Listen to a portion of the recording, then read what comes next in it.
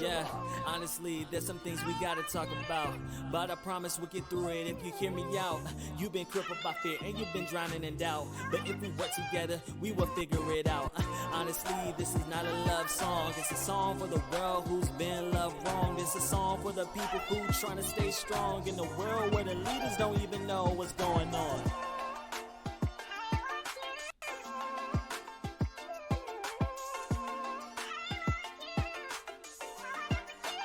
It's something that should be talked about. Yo, what's good, people? It is your man, DJ Shabach, and we are back with another episode of something that should be talked about. Yes. In the studio, you already know who it is. Again, DJ Shabach. To my right, we have Miss Tyrina, and over here we have the wonderful Flo.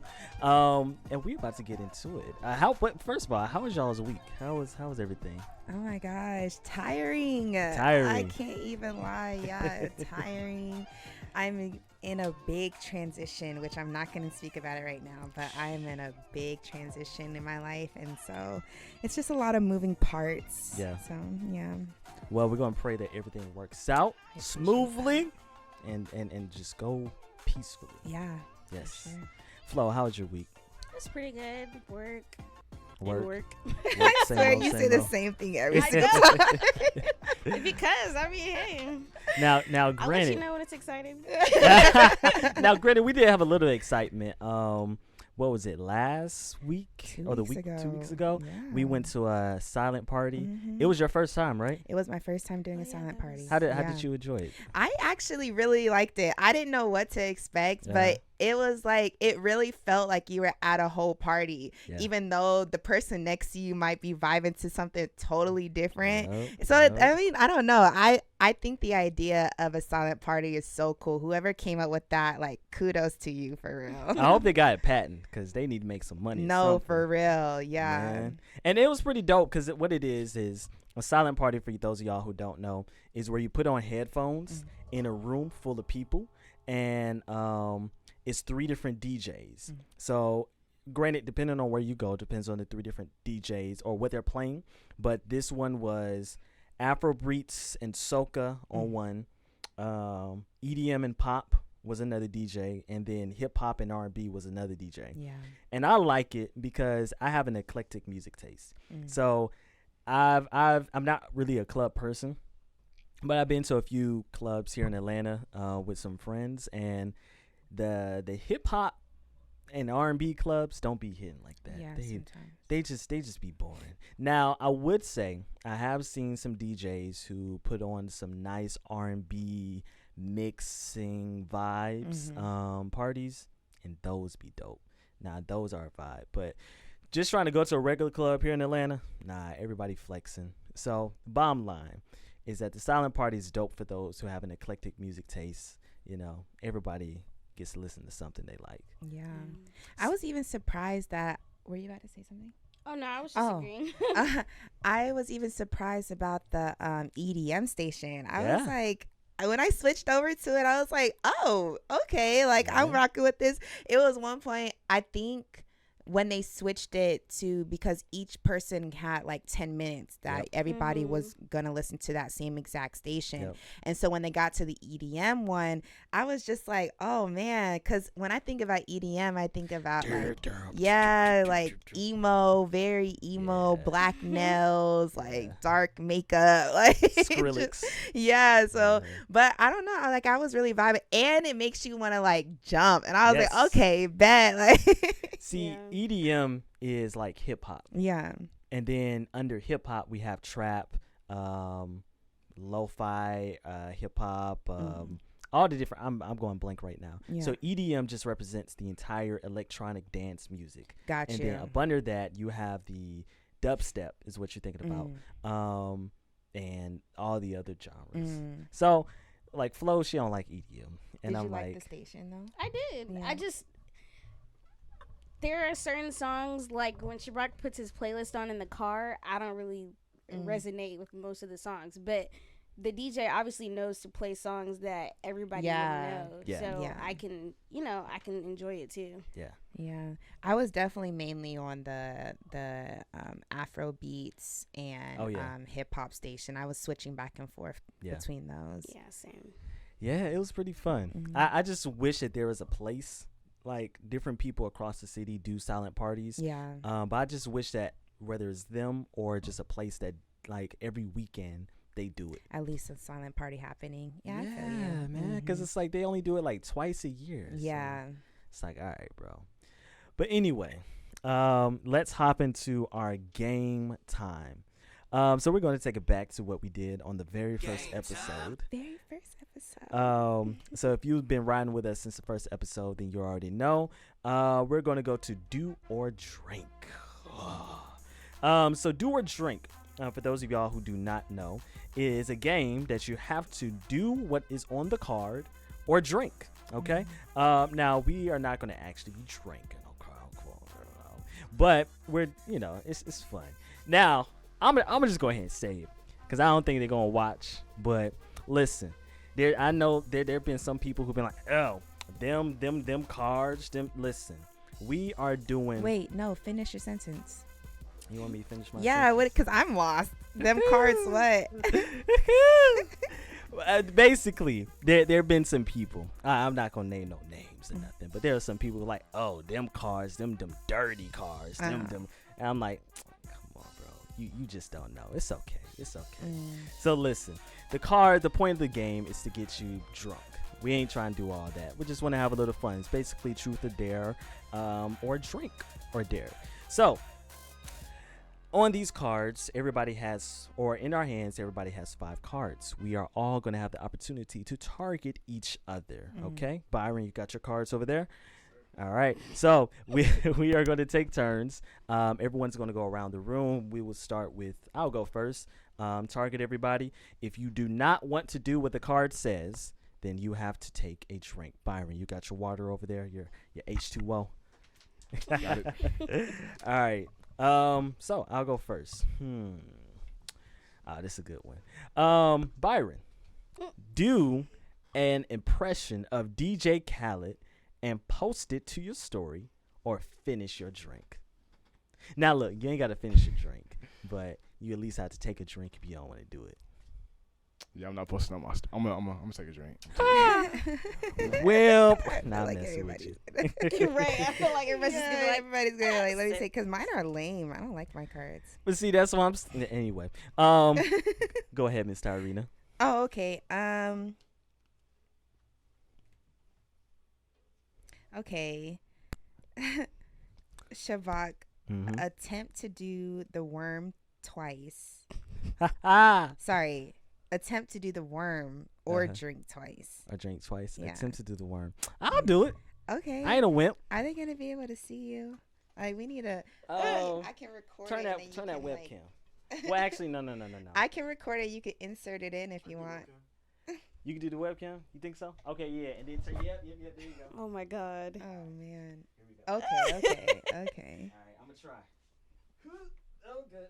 Shoe came off. Okay. Hold on, wait. The chair is blocking. Chair blocking? Yeah. Okay. Hold on. Let me check that out. Okay. You ready? Okay. Hold on. Did I do it? No, you didn't do nothing. Hold on. How do you do it? Like, Okay. Yeah. Okay. Don't put a hole in your floor now. Okay. wow. You can't say I didn't attempt. Okay. Yeah. It No, was that like was you an did it attempt. That was an backwards. attempt. Yeah.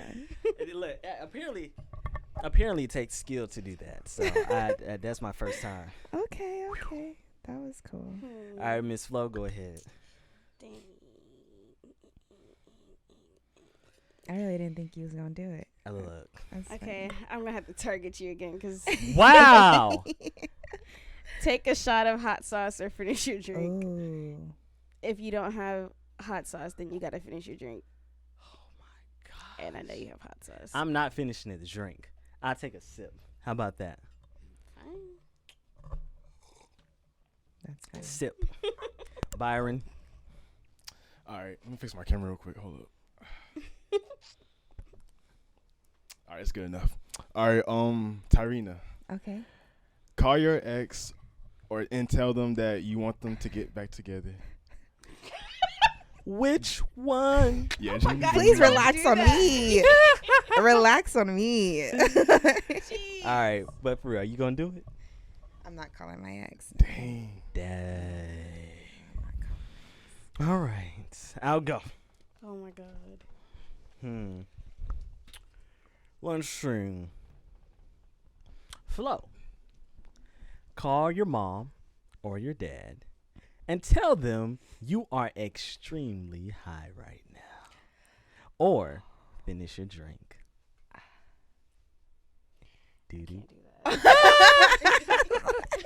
if they call me back, if I just say I'm extremely high right now and hang up, they're not gonna. Yeah. Oh.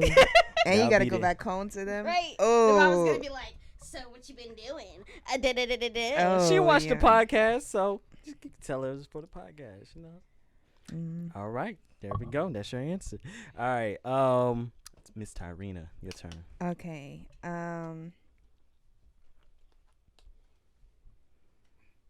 Doo-doo, doo-doo, doo-doo, doo-doo. Okay. Byron. Perform the chicken dance for 20 seconds or drink 3 times. Wait, what's the chicken dance? I knew you were gonna say. I can do that. I can do that. Okay. Nah, For you 20 gotta seconds. dance though. I got. Do I stand? Can I do it from right here? or No, I you have stand? to stand up.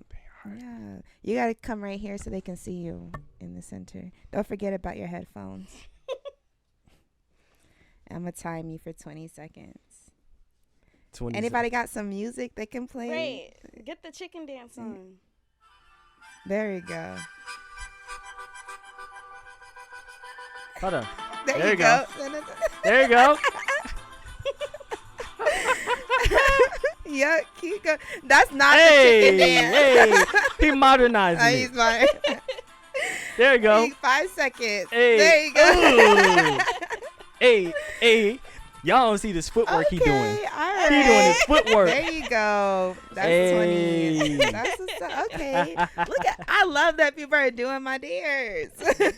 That is the most y'all done seen of Byron. No facts. Facts. All right, Miss Flo. Oh dang. Byron, can you make this wide shot tighter? Other one. There we go. Right there. Boom. That's good. Do do do do do. Tyrina. Okay. Show the most embarrassing picture on your phone or finish your drink. Okay. See, What's the most embarrassing picture? That's what on I'm my saying, phone? like, what You is can that? be she the gonna find the judge. most embarrassing. She gonna find some just regular old picture, and be like, "This the most embarrassing. This all I got in my phone." It doesn't say that No, we get I to judge if have- it's embarrassing. It just says show. I can Okay. I can find something. All right, while you find that, Yeah. Byron, hit me. Do. All right, Shabach. Not You said literally. hit me. Dang. Wait, it's your turn or my turn? It's your It's turn. Okay. But you targeted me. I said, go ahead. You say, okay. All right. It's not that bad. Okay. Give your phone to the person on your right. Mhm. Yeah, on your right. And let them text a contact of their choice or finish your drink. I'm gonna have to finish my drink. Okay. Mm-mm. Wow. I feel like that's easy. That's not easy. No, it's not. Because Y'all- outlandish shit. No, it's just that y'all you can do too much. I That's didn't. what I just said. That's Yeah. literally just what I just said. And I just went to a networking event, so last few people, no. No. I don't have like really an embarrassing photo. Yeah. See, this what I'm saying. What I say? I ain't really Look, got man, any I only got a embarrassing- couple of cards to choose from. All right. Yeah, I don't have an embarrassing photo, so I'll just drink. Mm. I don't think so. All right, how about this? Go as far back that you can Okay. and show us the first picture of you as far back as you can go. Okay. Can you see that? That's me in 2017. 2017. Yeah. What was that, high school? High school. Wow. Yeah. Yeah. I was cute. My boobs are big. Anyway, Flo. Oh, you're choosing me? Yes. Oh. Okay. Oh no! It's your turn. Yeah. What did you just do? He just did you. So it's my turn. Yeah. Right, you Yeah. was skipping. Yeah. Okay. 'Cause We'll I- do one more round. Oh, I still drink. That's funny. Pick one person in the group you would like to choose to live with on a deserted island, and one person you would eat to survive or drink twice. Miss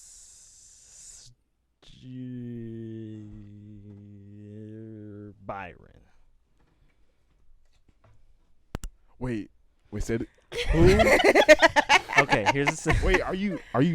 I'm making the choices. Yeah. Yes. Okay, read it Oh my again. God. So you're on a deserted island. Who would you eat and who would you live with? Oh boy. Doo doo doo doo doo doo doo doo doo doo doo doo. I eat Shabach and Doo doo doo doo. I live with Flo because she seemed chill. You know, I feel like our energies match the most. Hey. So, hold on. What that mean? No, like on something Wait, like. what you trying to say about Miss Irina? What? Oh no, like You are an Tyrina instigator. What you trying to say? You wouldn't vibe with Tyrina? oh no for sure, but I'm just. You wouldn't vibe with her. That's what you're trying to say. I had to pick one, so I just like. What? Like, seriously. I was about to say some crazy shit. Oh my goodness. See. Keep it. I know. Stop. Honestly. Stop. Whose turn is it? It's your It's turn. my turn now.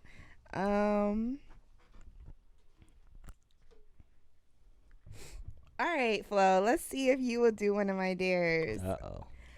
Spin around 10 times and try to walk in a straight line or drink 3 times. Oh, Lord. Spin All around. Ah!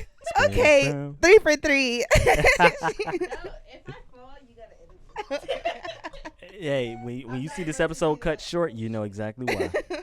You said what? I said when they see the episode cut short, they know exactly why. All right. Okay. Oh. You're still, yep. There you go. I gotta spin around 10 times. Yeah, 10 times. Okay. And then walk in a straight line.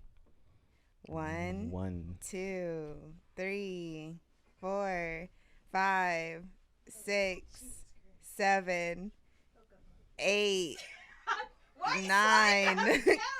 10. Because your spin started slowing down. Now All right, walk to the mirror. Walk to the mirror. Walk to who? The mirror. Did I do it? I don't know.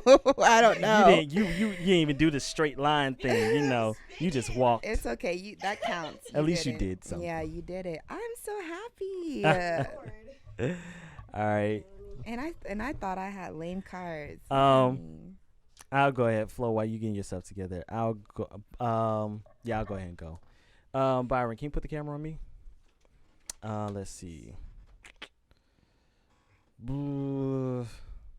Freestyle. Let the group make up a challenge that you must do successfully or take a drink. So, Flo, make a challenge. Make up a challenge for Tyrina to do. Wait, hold on. I literally. Why are you just trying to did look some up stuff. something? Yeah, I don't know what to make her do. But I just saw this like list of dares with pictures. Oh, So let me see what it says. I'm intrigued. Okay. It's going to take you a minute to get to it. No, I'm on it. Okay. Doo-doom. Doo-doom. Doo-doom. Doo-doom. Text someone. Oh shoot. Text someone on your phone. I heard a rumor about you, and then don't respond. All right. That's fine. That's too Why? easy. She What? could text Sparkle. She could text anybody, I bro. was gonna text. Oh, I can't say that on here. Never mind. But I was gonna text that girl. Okay. Is that okay? Go ahead. Okay. Might as well. Okay. How you spell? Never mind. All right. That's gonna give it away. Should I put like an emoji or something? No. Do you No. speak Okay. in emojis? Sometimes, but I'm just gonna say. Okay, I heard a rumor about you. All right, everybody can see. I'm not gonna show. Yep. You can see. I said I heard a rumor about you. She just texted back so fast.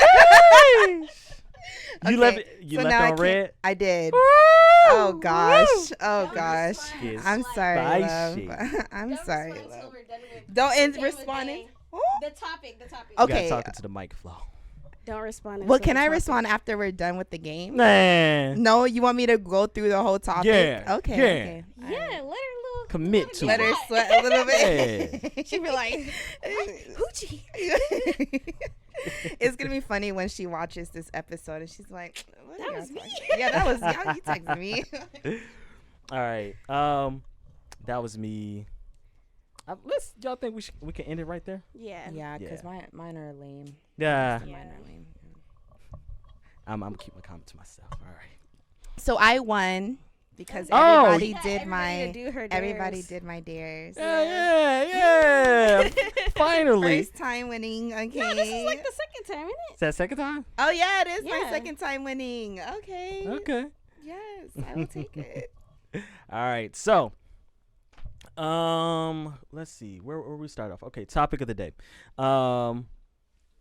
Now we're about to head into our topic of the day.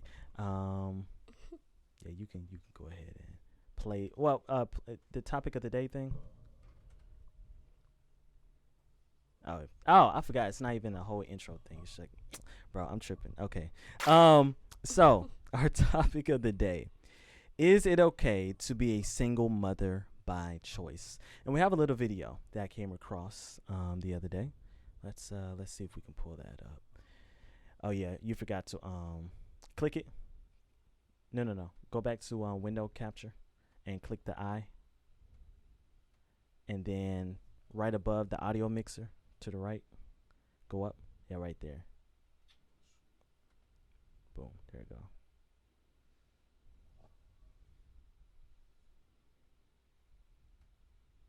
Single mom by choice. Of course, people ask me if I use the same donor when they find out I'm pregnant again. I'm a single mom by choice. Of course, my reproductive endocrinologist is the first person I call when I'm ready to have another kid. I'm a single mom by choice. Of course, people tell me they were going to do this too, but then they got into a relationship. I'm a single mom by choice. Of course, people ask me for my embryos as if I signed up for a never-ending pay-it-forward club. I'm a single mom by choice. Of course, random men tell me they would have been my sperm donor when they find out. No thanks. I'm a single mom by choice. Of course, people ask me if they can see what my donor looks like or if he has more vials available so they can use him. I'm a single mom by choice. Of course, I'm going to tell my kids how they got here. It's not a secret. I'm a single mom by choice. Of course, I blame all her weird traits on my donor, even though they're actually just like me. I'm a single mom by choice. Of course, people ask me about the dad, even though I say donor over and over and over again. I'm a single mom by choice. So, questions. I guess first question. So, is it okay to be a single mother by choice? Flo, start with you.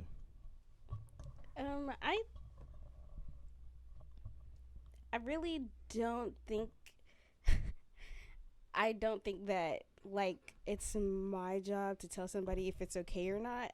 I know that I personally wouldn't want to be a single mom by choice, but it seems like she actually did research and she actually well thought her process and her decision through. So I feel like if that's what you're doing, then if you're responsibly going about it, I don't see a problem with it. I mean, there are things that, you know, I'm sure she's even thought about as far as like maybe the kids feeling some type of resentment because they don't have a father, but I'm sure she's has like other people, like men in the kids' lives to kind of sort of take that role, but you can't always account for every single factor that a kid is gonna might be able to feel, or you don't know how they're gonna react. So I feel like I honestly have never thought about that. Yeah. I know that some people, because they really want to be a mom, that they'll do it, but I've never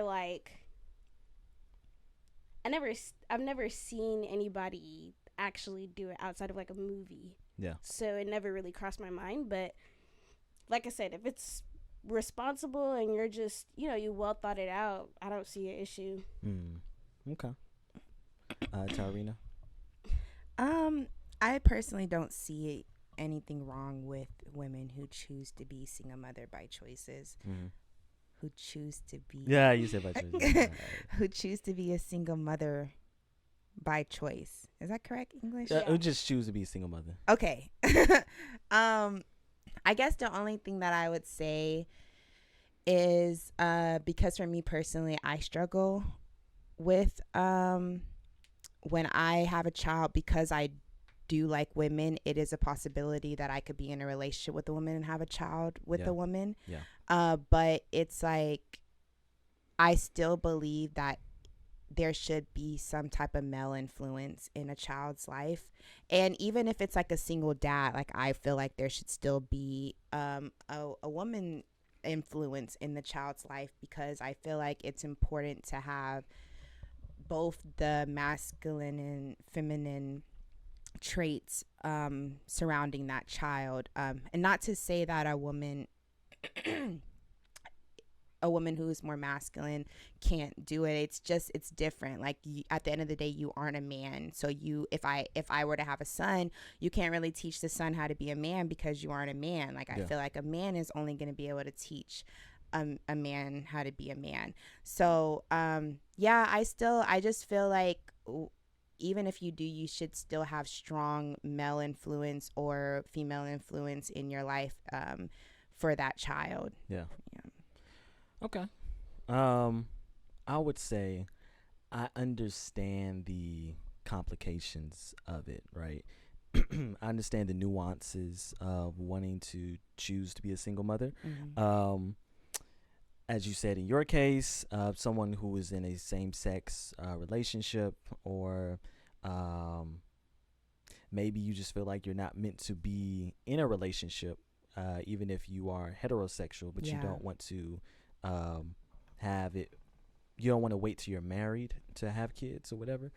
I understand the nuances.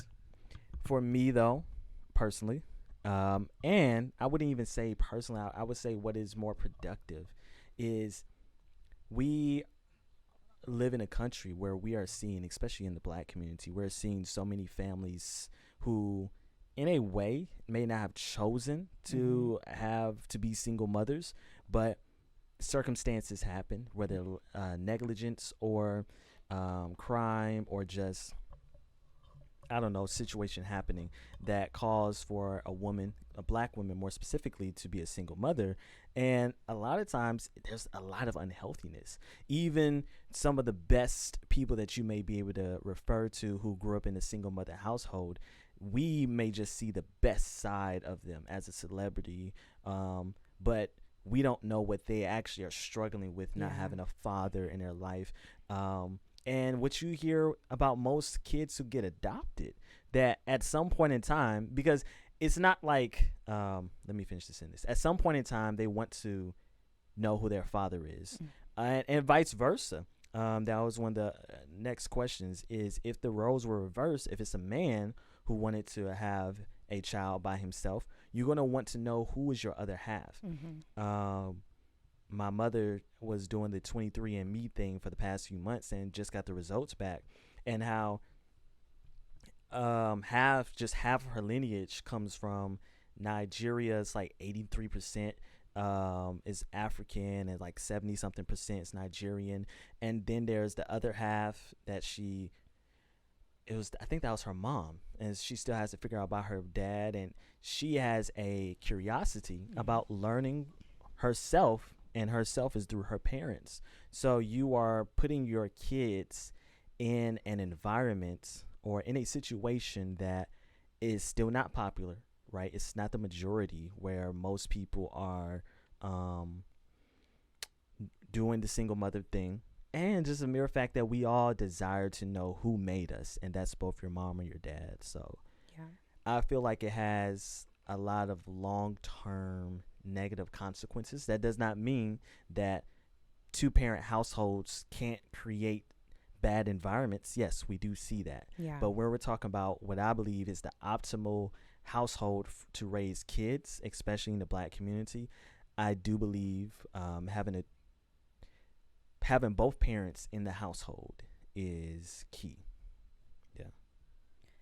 Yeah. And even like when it comes to figuring out relationships too, Yeah. I feel like children, like for people who are in a two parent household, I feel like your first experience when it comes to people in relationships would be your parent. Yeah. So if you're not, if you are not exposed to that, then you can grow up like not really knowing like what you should do. What is love? What does love look like? And I actually had a conversation with my best friend about this when we were like still in college, and she was just talking to me about how she's like, well, like, how do I know how to actually love a partner? In so many words, I don't really exactly remember what she said, but it was something along the lines of like I was with my dad, and it's just like I don't really know, I wasn't exposed to like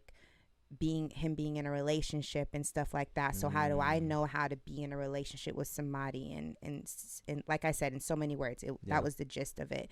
And so I feel like that could be a factor too, is like if you're not showing them that, then that could be like them figuring out on their own. And so like, but even outside of that, like I said, I feel like a woman can only show what a woman is. Even if you like women, I feel like you can only show what a woman is. And a man can only show what a man is. And so like when you're talking about raising children, I believe it is very important for them to have both those influences in their life. If you have a daughter, it's important for her to have both her mother and father in her life, or like I said, a masculine and feminine role. And if you have a son, it's important for him to have a masculine and feminine role in his life too, that he can look up to, whatever, get advice from. Because like as a single mother, and if you have a son and you're a single mother, like you can't, there was this one story of a friend that I had, and I think I heard it through one of my friends, but he was in like football practice, and the coach was like just very hard on him or whatever. And he grew up in a single household. The coach was very hard, and he was talking to his mom about it, and his mom like basically was like, well, forget that, like you don't have to do that. Whereas in like retrospect, he was kind of like, well, like if there was a father in my life, then I probably would have been pushed and be like, nah, like get past that, like you can't let that stop you. But because he only had his mom to talk to, he ended up like quitting something that he could have potentially like loved, you know, just because of that situation. And that's no fault to the mom or whatever, but it's like you can only do what you know. And as a woman, it's like if I'm not liking something, you know, like I'm probably not going to keep myself like involved in it or whatever. But men have a different story. Men have a different route that they have to go about things. Men don't really just stop just because things get hard, you know? So, but like you can't really, so I feel like I'm repeating myself, but I just feel like there's only so much you can teach with your gender. Absolutely. I like how you said that part. Is oftentimes what happens is I believe why it's optimal for you to have a male and a father in a house. I know that can lead to a whole nother conversation, but a male and a father in a house is the yin and the yang. In a moment like that, where you may need your mother's nurturing love because you feeling bad. It's you felt like the coach is being too hard on you, but then you got the dad who's gonna be like, but hey, you still gonna go to practice tomorrow, et cetera, et cetera. So you need that balance. And even a parent who may try to do both can't be both.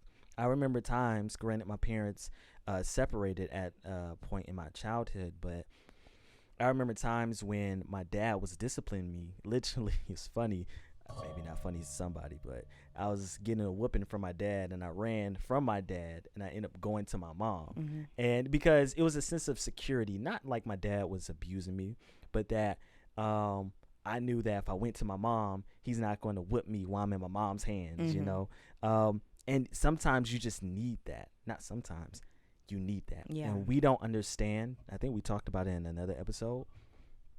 We don't know what it is that that kid is going to remember. Yeah. And that is going to stick with them and either cause them trauma or make them be like, you know what, I'm going to take, you know, that as a principle for my life.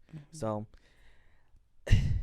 I don't want to knock this young lady or people who choose to do it, but I would like to see the studies, and maybe I could have did research on this beforehand. I would like to see the studies of kids who grew up in single parent households by choice, and how did their life turn out, you know, their mental health and etc.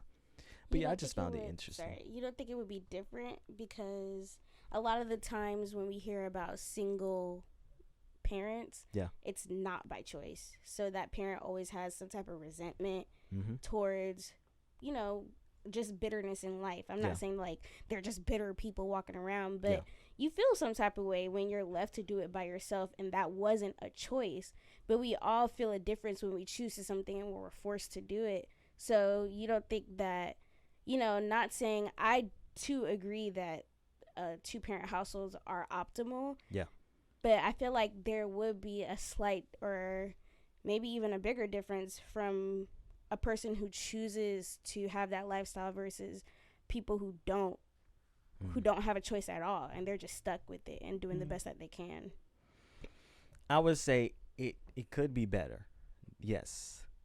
But it was a joke, but she showed a little bit because granted it's a joke, so we don't know the truth in the joke fully. But how she was like, of course she blames the bad character traits in her kid on the donor. And so imagine that is something for real. She's dealing with kids. Like, it looks like she's pregnant and she has like a toddler. Imagine when they start talking and they for real they're like growing into their personalities, growing into themselves, and become teenagers. That dynamic shifts. And especially for a woman, and it's really even one or the other, but especially for a woman where it's a lot for a woman to have to take care of kids. In her case, it's going to be multiple kids. Who knows what she may say in heat of moments, you know, that may cause a sense of resentment towards the donor, and the child growing up feeling like, well, I don't even know.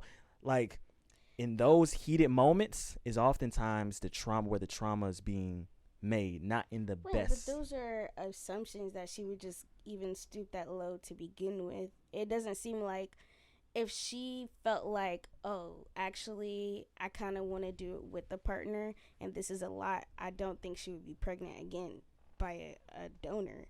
Like, I feel like it doesn't, from what I can gather, and I also looked at her story because she did like a Q&A thing on her Instagram. It doesn't seem like it wasn't well thought out. Like, it doesn't seem like, oh, I just want to have babies by this age and I'm just doing it. Like, it's, from what I can see, it seems like, no, I really thought about this. I really did my research. I really am comfortable with my decision. Right. I'm not saying that she didn't do her research. It's nothing like that. But there's one thing to be comfortable in the decision that you make on buying a car or buying a house or moving. It's another decision that you're making that involves another human being that you're supposed to be raising, and that it's no longer your decision. That's what I've seen online and on other podcasts. The conversations always lead to, you made this choice for yourself, but you're also sort of making it selfishly, because why would I, just like we talk about Planned Parenthood, right? Why would I choose, their whole argument, wherever you stand on it, the whole argument is, why choose to have a baby in a toxic environment? So therefore you should be thinking about the kid. And yes, that conversation gets very political. So in my case with her, it's, yeah, you think about yourself. You did all the research for right now until the kid is faced with different things that is beyond your control. And as much as we can talk about the village, we have all talked about probably in here how we want to move, whether we're going to stay in the same state with our parents and people and etc.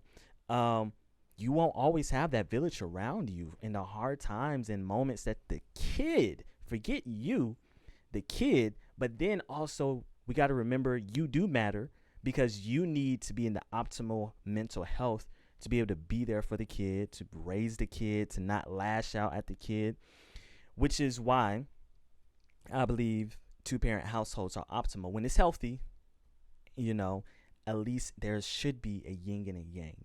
So I don't know. I would love to see a story from the start to grown kids and their perspective on the whole thing, because that's who matters. We should not be thinking about so much, oh, I want to have kids. Are you creating the healthiest environment for the kid is my biggest question. So just like a general statement, I feel like if somebody is saying that I want to do this by choice, then they would have done like all of like line everything up as best as they could, because like nobody can really prepare for a child. Like, so I guess like from my point of view, like seeing it, I would just hope, like, I love that for you. That's what I love that for you. But I would just hope that you do have like other avenues for the child, because you have to also understand you can't teach them every lesson. So that's what I was just saying. Like, if you do choose to be a single mother and that's what you want to do, just at least have the opportunity for that child to have multiple different influences outside of you.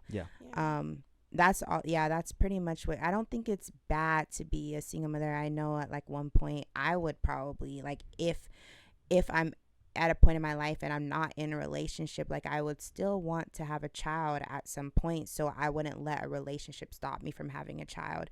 But if do you feel like that would be optimal for me, for the kid?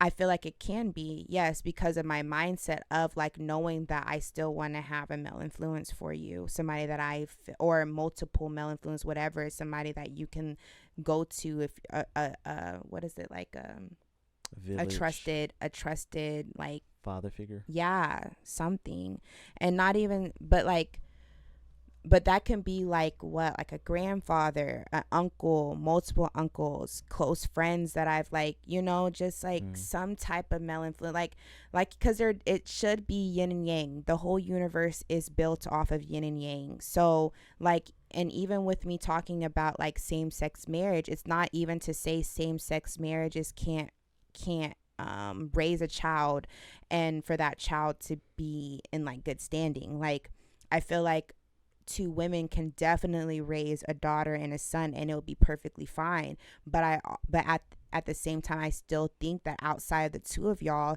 they should have somebody else that they can look to, so you can have like a male friend or whatever. Like, different lessons can be learned.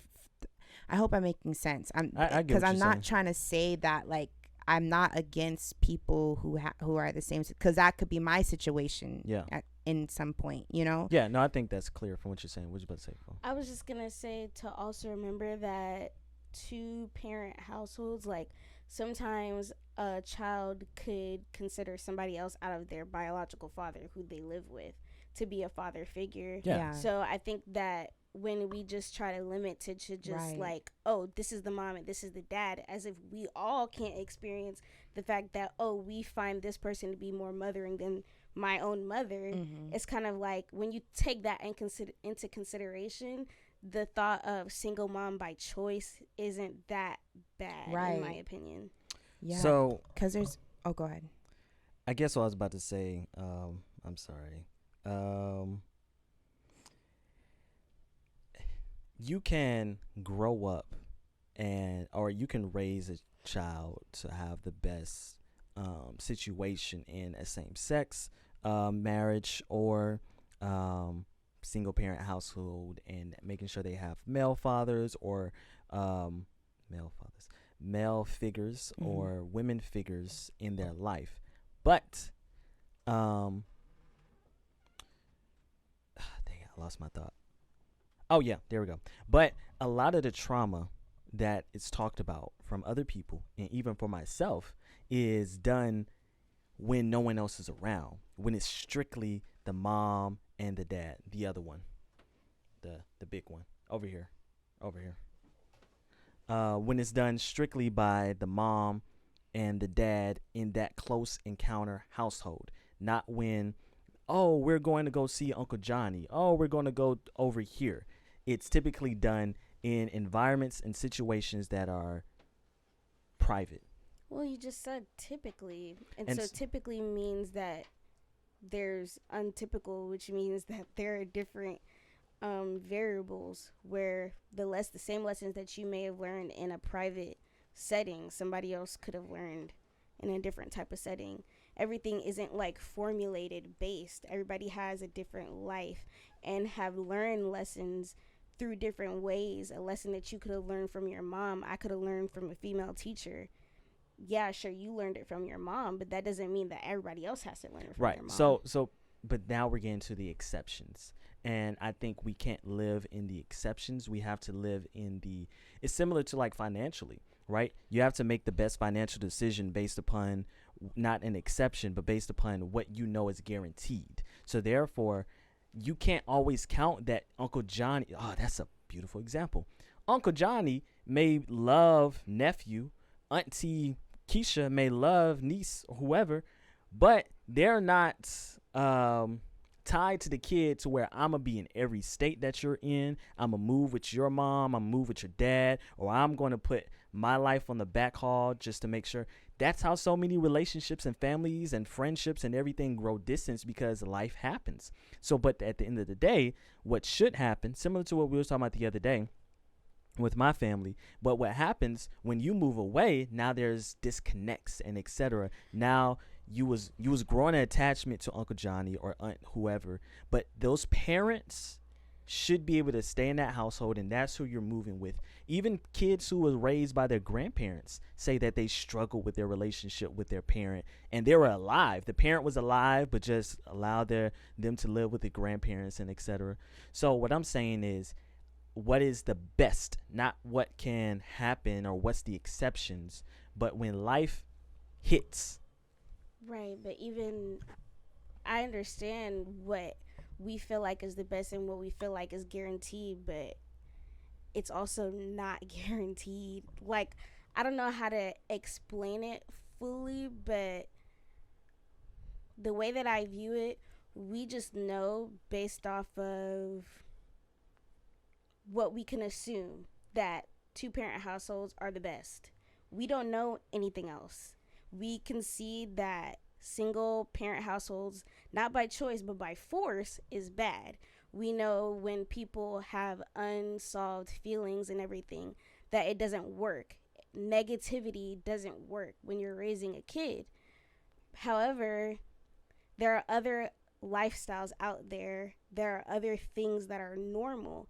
And so for me, there's 8 billion people in the world, and all of them don't live in the USA.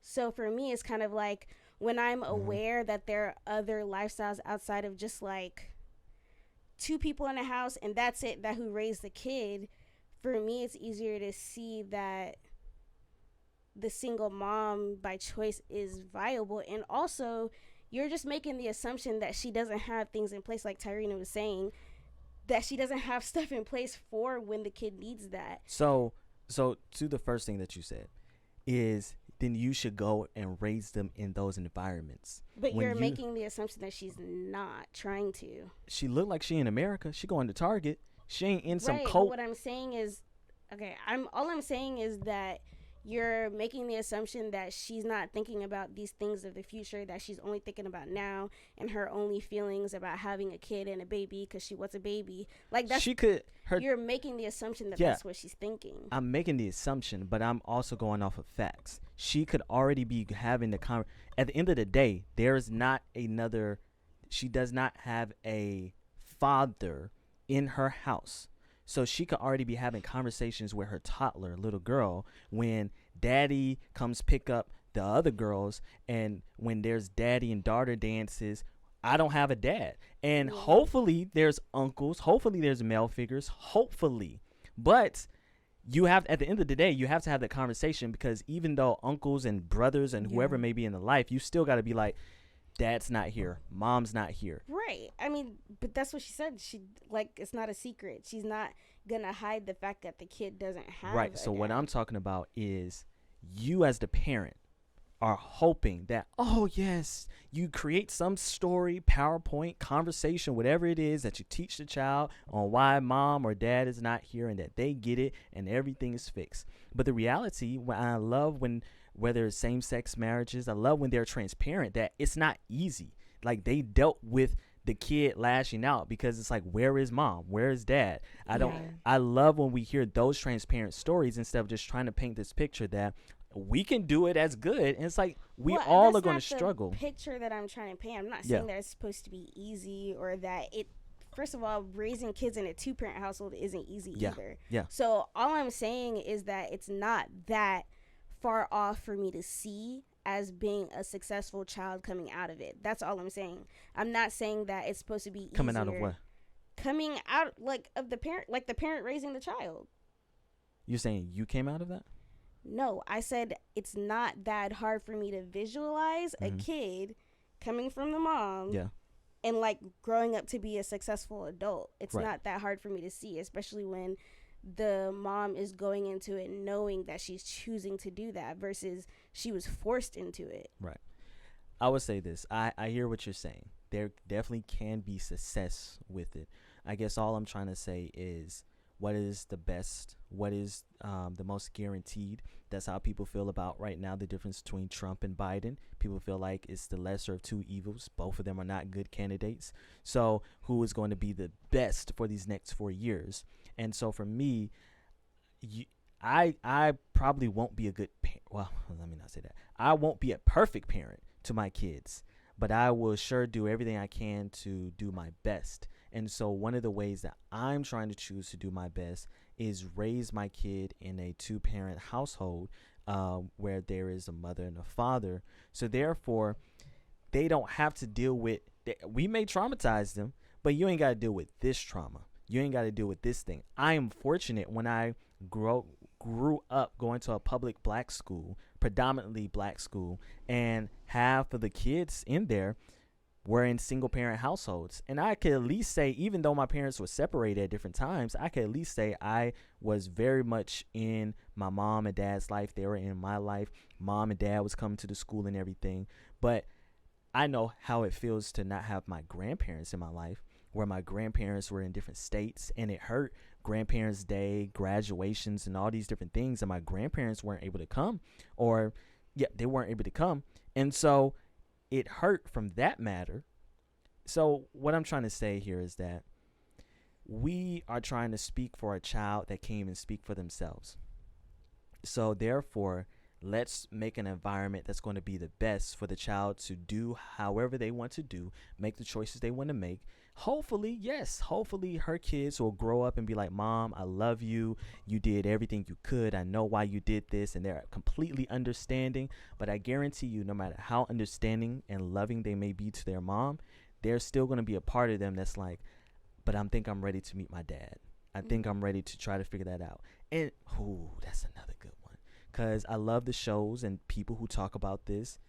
Is the dad or the mom even ready? I'm a donor. I wasn't planning to have these kids come and knocking on my door. Now, I would hope as a donor, you mentally prepare yourself. But a lot of people talk about the reason why they donated, especially men, well, because they were broke and because they needed money. That was a quick way to get money, and et cetera, et cetera. Is he even ready to receive the child? Is she ready? So what I'm saying is that and that doesn't just happen by choice. That also happens for the bad situations where the mom and dad broke up and the dad or the mom moved away, whatever. So I don't know. I personally believe that we should try to do what's going to be the best long term. Right. Yeah. I mean, I don't know. I guess it's just like I don't like the idea of like best. It just kind of makes it seem like, I guess like ideally people would want to have like a two household, two parent household, but it's that doesn't, I don't think that necessarily makes or breaks a kid, because like there was one point that you made where it's like, even if I do have two parents in the household, who's to say that I won't get knowledge from outside, Yeah. outside influence. And so I feel like the same can be said, but I feel like the same can be said for a single parent household, because I'm pretty sure even for me personally, I had both parents in the household, but there are some lessons that I've learned from people who weren't my parents, and those lessons have gotten me way further than anything that my parents could even taught me. I will argue though against that. And the reason why I say that is, Flo knows some of my uncle mentors and everything who I looked up to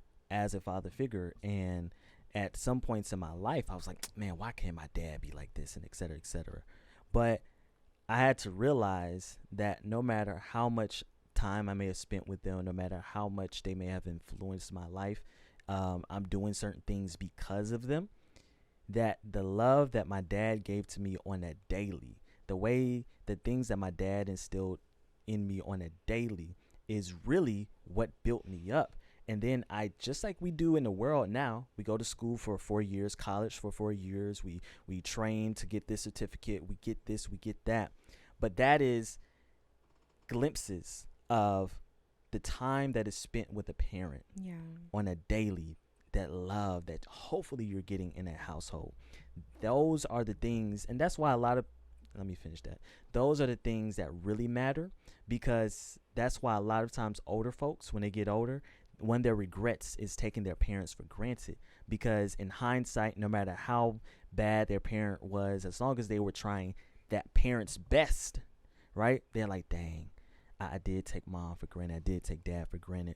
And so I don't want to raise my kids on the hope that the few times that a year, the few times a month that they see uncle or aunt or whoever, that is going to be enough to influence them, you know?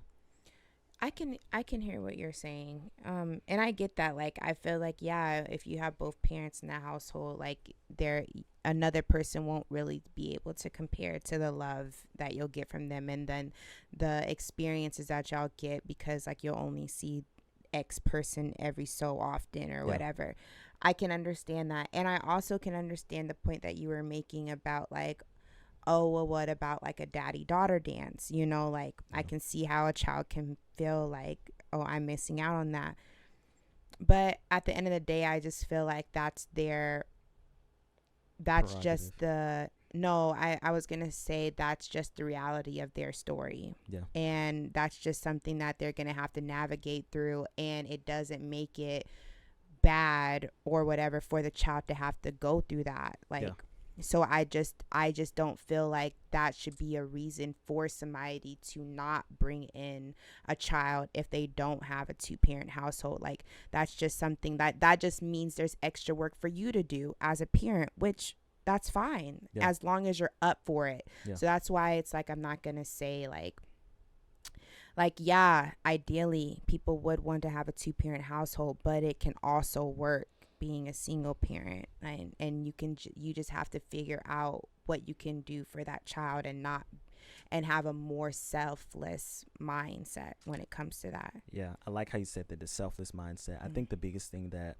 for me is sometimes you don't know the heart of people when the conversation is being held. That some people, having a kid is a very selfish thing at the end of the day, but some people they just want to accomplish something. Some people, they're just like, I can have a kid on my own, I don't need no man. Or some men who may feel the same way. And for me, I'm like, I don't think that's the healthiest.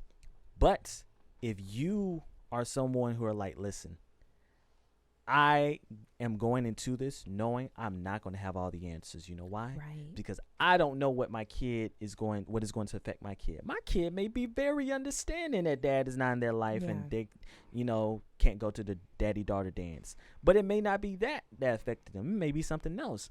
So you got to be willing, and this is just parenting in general. I think we talked about this before. You have to be willing to roll with the punches. And a lot of times why parents cause trauma in their kids' life is because they're like, I put a roof over your head, I make sure you got food to eat, and da-da-da-da-da. And it's like, well, the kid probably does not see that right now because they're dealing with this other thing that you're not willing to help them with. So it'll break my heart to see a single mother or a single father raise a kid, and then they're like, well, I did all the classes, I took you to therapy, I did all this, when at the end of the day you didn't listen to where they really needed the help in. Yeah, I was gonna say, like, I don't know, like, my idea of parenting, like, providing for the child and all of that, that's basic ass shit. Like, just because you're a parent, you shouldn't pat yourself on the back because you were able to put a roof over your kid's head and provide them with food and stuff like that's basic. I feel like parenting is definitely, like, and obviously I'm speaking as a person who's not a parent, so take what you want out of what I'm saying. But like, how I would want to raise my child is making sure that I am very emotionally intelligent, because it's a lot more like you're dealing with a whole other human being. And that's what my mindset is going in whenever I do decide to have a child. They are a whole separate human being. They do not have to take on what I believe. Like, they will come up with their own thoughts and their own wants, their own needs or whatever, and I am here to basically like guide them through it. Like, I love my best friend, her father always basically drilled into her, like, it doesn't stop when you're 18. And I feel like some people have that mindset of like, oh, raise them up until they're 18 and then you're like, no, like, at the end of the day, you brought me into this world. It is your job to make my life easier. Like, point blank, that's what I feel like parents are for. If you are deciding to have a children, do what you can to make the child's life easier. Not to say that you need to hold their hand every single time, but you should make your child's life a lot easier because you brought them into this world. They didn't choose to be here. So absolutely. And so that so that the same thing can be said. Like, if you decide to be a single parent, okay, that's fine, but understand what it comes with that and work extra hard to be able to make up for that. Yes, I agree. I think there are some good talking points with that. I agree. Let's move on to the fun. Okay, I'm about to text her back. You about to text her back? Yeah. That she was like, try one more time. There we go.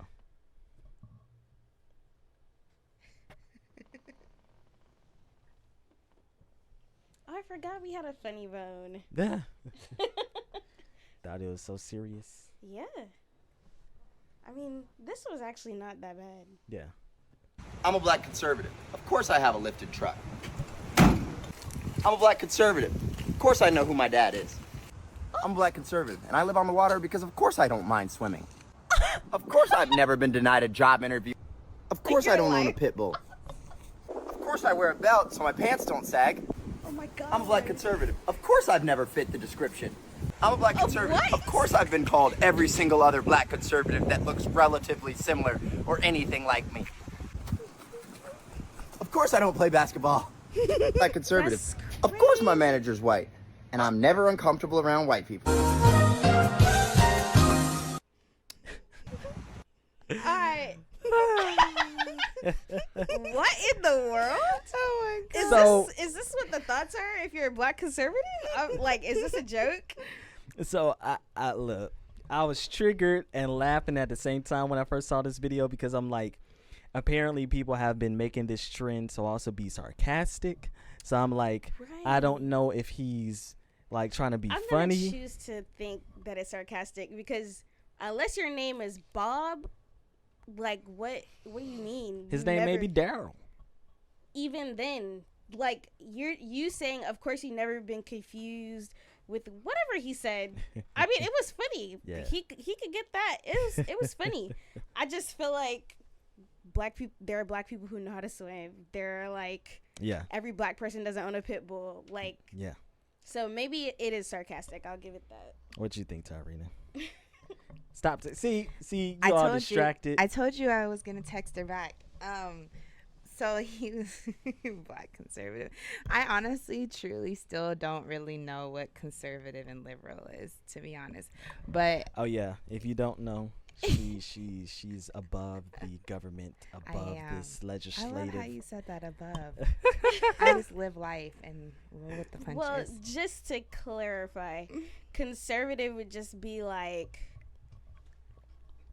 conservative is commonly associated with Christian, like highly religious Christian people, and liberal. You would be if you were into politics, you would be considered liberal.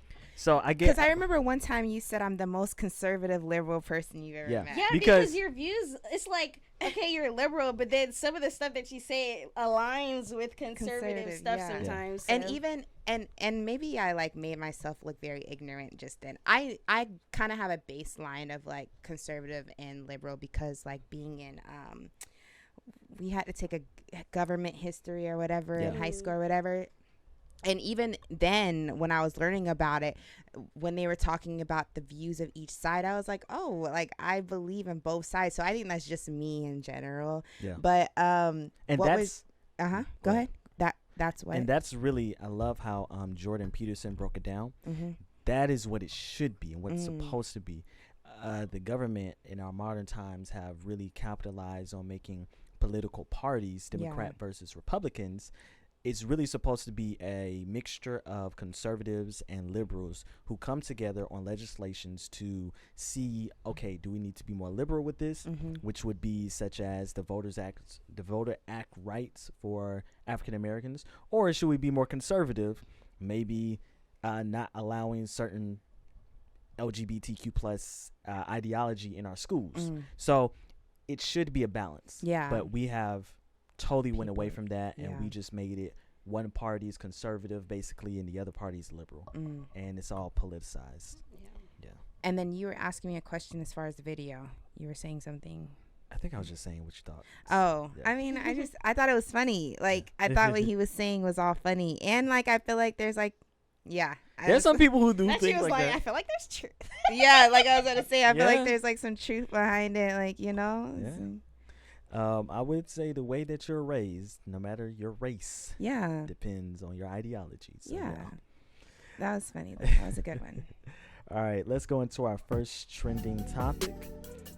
Oh my God, when I saw this, I was like, ooh, we got to talk about this. Oh, which one? Oh, the first one? Yeah. Yeah. So, is there redemption for Chris Brown? Flo or Tyrina, who has the best eyes? LOL. Okay. So the title is Chris Brown speaks out after he was told that he couldn't play in the NBA Celebrity All-Star Game.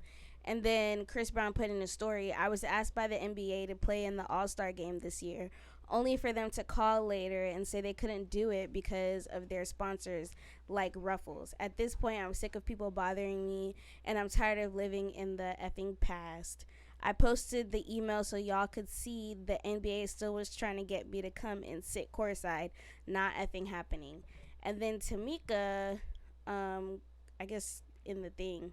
Oh, wait, go back one. She said, on this issue, brands have every right to choose who they do or don't want to work with in situations surrounding domestic violence, sexual assault, etc., etc. I have questions for our community, especially our women. Is there more when you scroll down? Does it matter that Rihanna, the victim, moved on? Should we pick up the ball and run with it? Is there something Chris Brown should be doing or should have done to earn back the respect of the people? How should we talk to our young people about redemption or the absence of such? These are not rhetorical questions. I really want to get a sense of how people genuinely feel. Let me say up front, I don't follow Chris Brown news, so I don't know all the details. My intention is to provoke a conversation that's bigger than one person. So, since you're hyped about it, Ms. Irina, go ahead. Can you go back to the first slide, Byron? Yeah, so when I first saw the initial post, I saw Tamika's comment, and I really love that she made that comment, because I do agree brands have every right to decide who they do and don't want to work with. As far as the Chris Brown case, like, I know there's been so much controversy because like what he did was wrong, and I personally feel like at the end of the day, people do stuff when they're younger. He was And what, 17? yeah, he was like a teenager when that happened. Yeah, so it's like he's a kid, like he's now like in his late 20s, early 30s or whatever. And so it's like people grow, and it's something that we even talked about on our last episode that we did with the couples, is nobody wants to be held to something that they have grown from and have shown that they have grown from. We're not in his life, we're not in Rihanna's life, but from what we can see on social media, he's not a nigga that just be beating on women and wants to.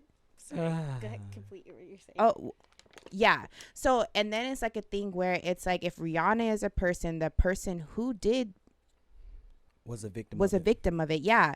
If she is able to move past it and not talk about it and not be continuously play herself as a victim, why are we holding on to stuff that literally has nothing to do with us? Like, yeah. And then her next question was like, is there something that he can be doing? Like, personally, I don't think he has to prove himself to anybody anymore. Like, whether he's a public figure or not, like, at the end of the day, this is my life. I'm not constantly doing stuff to other women and beating on women and whatever. Like, so I don't have to prove shit to y'all. And at the end of the day, I'm making more money than y'all. So fuck y'all. What the hell? So I do agree that if somebody does something in their past as a younger child and they've grown, that they should be allowed some type of redemption. Yeah. However, pull the mic closer a little bit. I did look up, like, to see, because I've heard on Twitter sometimes people bring up other cases that he has recently, and I don't know if they're true or not, but I did look up, like, Chris Brown's past, I guess, criminal history, and he has a lot, all the way from 2009 to 2022. Now, when I'm looking at the stuff, it's very much like some cases are dropped, some places he's, like, banned from going to Canada or stuff like that. So at the end of the day, when people are trying to look to a person to see if they can be redeemed, it's kind of hard to say, oh, this person has changed, when you are hearing that he has not abuse, but just violence. Violence against women, or violence in general. So I know it's very much like, okay, whatever, but at the same time, when you're looking at a person, when you're in court and the person's like, when a judge is like, okay, let me see if you've been redeemed, but you may not have done the same thing, but you're doing something else still wrong. Yeah. It's hard for people to see, oh, this person is grown, because it seems like, okay, yeah, sure, you may not be going around beating other women, but you're going around beating other people. And it's not like, oh, I got into a couple of fights. Some of them are like assault charges. There is one rape and something else. I mean, again, these are all allegedly. All I'm saying is, my point is not that he's convicted of it. My point is that it's hard for people to see past it just because they hear it. We all have that. We all do that sometimes. We all are like, oh, once a liar, always a liar. They lied about this one thing when they were 5. But if they're in a political party, oh, you lied one time, you must be a liar. Yeah. Like, we always have trouble seeing past it. That's just what that's what social media has done. So unfortunately for him, and not just social media, he was going through this with just the regular news media. Right, but that's still media. So my whole point is that it's going to be harder for people to see him specifically to get redemption in the media, and especially harder for brands, because if they know that all I did was look up his name, so if they're doing like actual research, it's going to be harder for them to accept him, even if he is doing better now. I can understand that. I agree with what you're saying, and that's why I can agree with her first statement of like, brands can choose who and who they don't want to work with, like, no matter what. Like, I guess more so where my attitude was coming was the people like normal civilians. Like companies, yes, but people who still talk about Chris Brown on the internet to this day, I just feel like it's ridiculous and it's a lot of energy that, like, what are you doing? But the people's opinions affects the brand's decisions. I was just about to say that. Even with Jonathan Majors, he didn't he was not guilty, or was he? I don't know, but he didn't do it. Like the girl said that he didn't do it. So, but he still lost a lot of money, and they didn't give it back to him either. He did. And so it's more like it. At this point in media, it's not even about whether you did it or not, whether you're not guilty. As long as you have something staining your image and continue to have it, even 2009 is one thing, 2022 was 2 years ago. So I want to interject. So first of all, Flo, slide the mic up on the thing. Like, keep going. It's gonna. Okay. Ask you to do. All right. So just understand that when you turn this way, you're talking away from the mic. So you can slide it back down and adjust it. Is it too loose now? Yeah, I got it. Okay. So just remember, when you turn towards Tarina, just bring it to your mic. To your mouth. But so similar to what you said, abuse or domestic abuse is one thing. All the other criminal charges are another. We can pull up the rap sheet of white and black actors and singers and rappers in Hollywood, and they got a rap sheet and an accusation sheet as long as Chris Brown. Yeah. So what happens is, what I was telling you the other day is, because Chris Brown was just in a bad situation. Right. He wasn't just abusive to his woman. He was abusive to Rihanna, which was still is America's sweetheart, right? She was a pop star on the rise. White people adored her, black people adored her, everybody loved her. So how dare you do that? And he was very young, the start of his career. His first album, or his debut album, dropped when he was 16. So when he was involved with the abuse, came out at 17. So from this whole life, he's been dealing with that.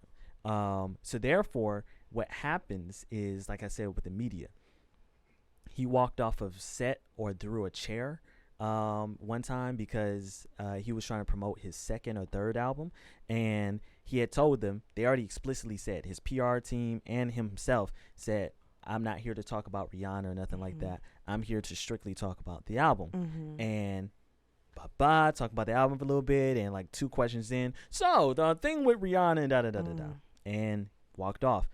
He can't bounce back from that. And how the media works is, anytime that something happens, they're going to be like, Chris Brown has been accused of rape, just accused of it, or got into a fight in the club. Because that's where half of this stuff comes. Like, we see it in all these other rappers and people. Got into a fight in the club, and et cetera, et cetera. They're going to keep referencing back the abuse happened with Rihanna. Yeah. So then this stuff starts cycling again.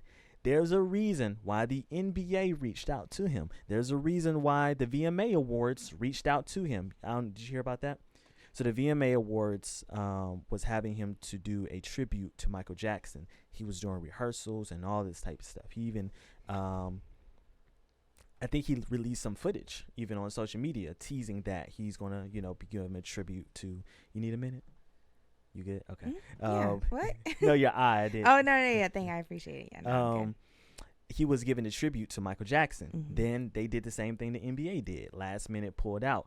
Why? Is because every time Chris Brown's name gets brought back up, there's a lot of people. I don't know who these people are, but there's people, because they did the same thing with Kevin Hart.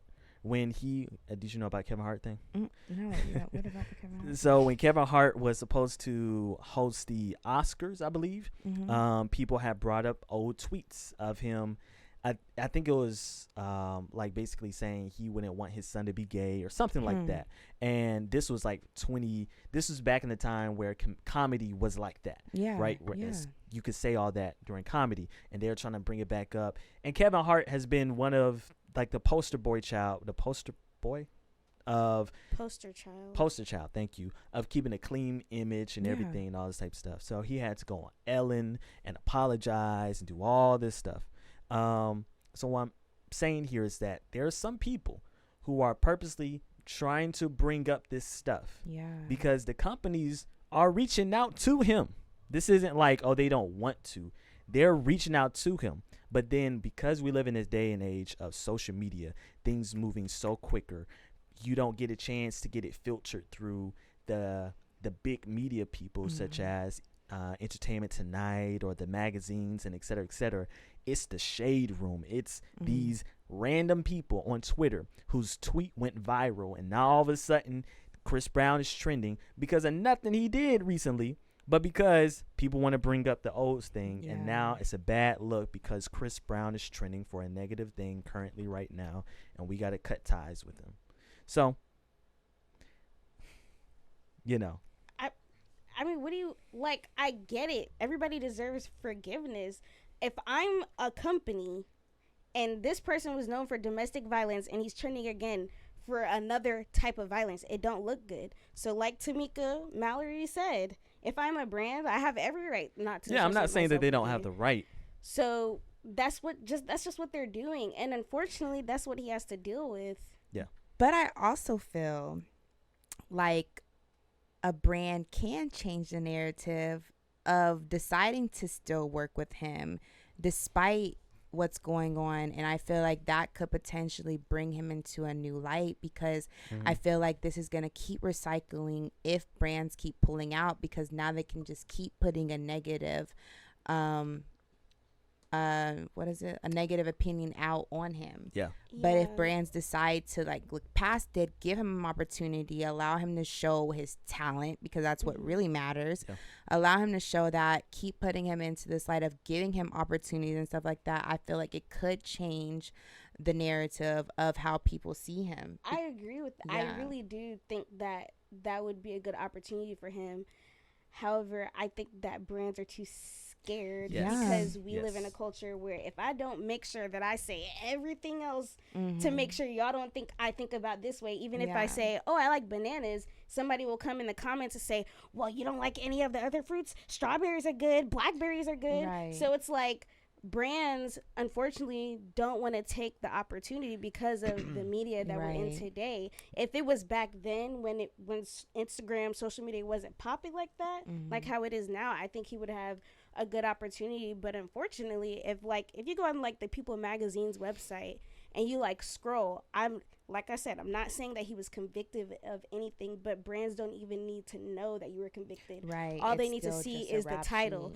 He got kicked out of Canada, can't get into the UK, got kicked out of Australia. Like, all so they're of not that. I would say they're not like us that they just look at the headline and be like, no. It's I'm just not the saying fact that it's bad that's press. the only thing, but if I'm a brand and I'm seeing that's associated with your name, it's gonna be enough for me to be like, I kind of want to take a step back.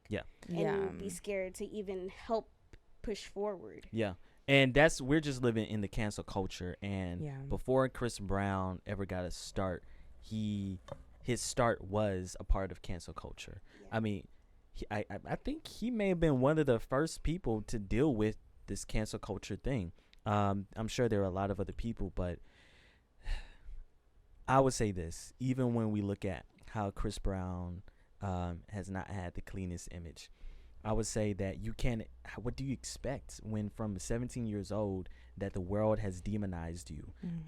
So whether it's substance abuse, anger issues, whatever it may be, you had said that you had saw an article that claimed that he had bipolar.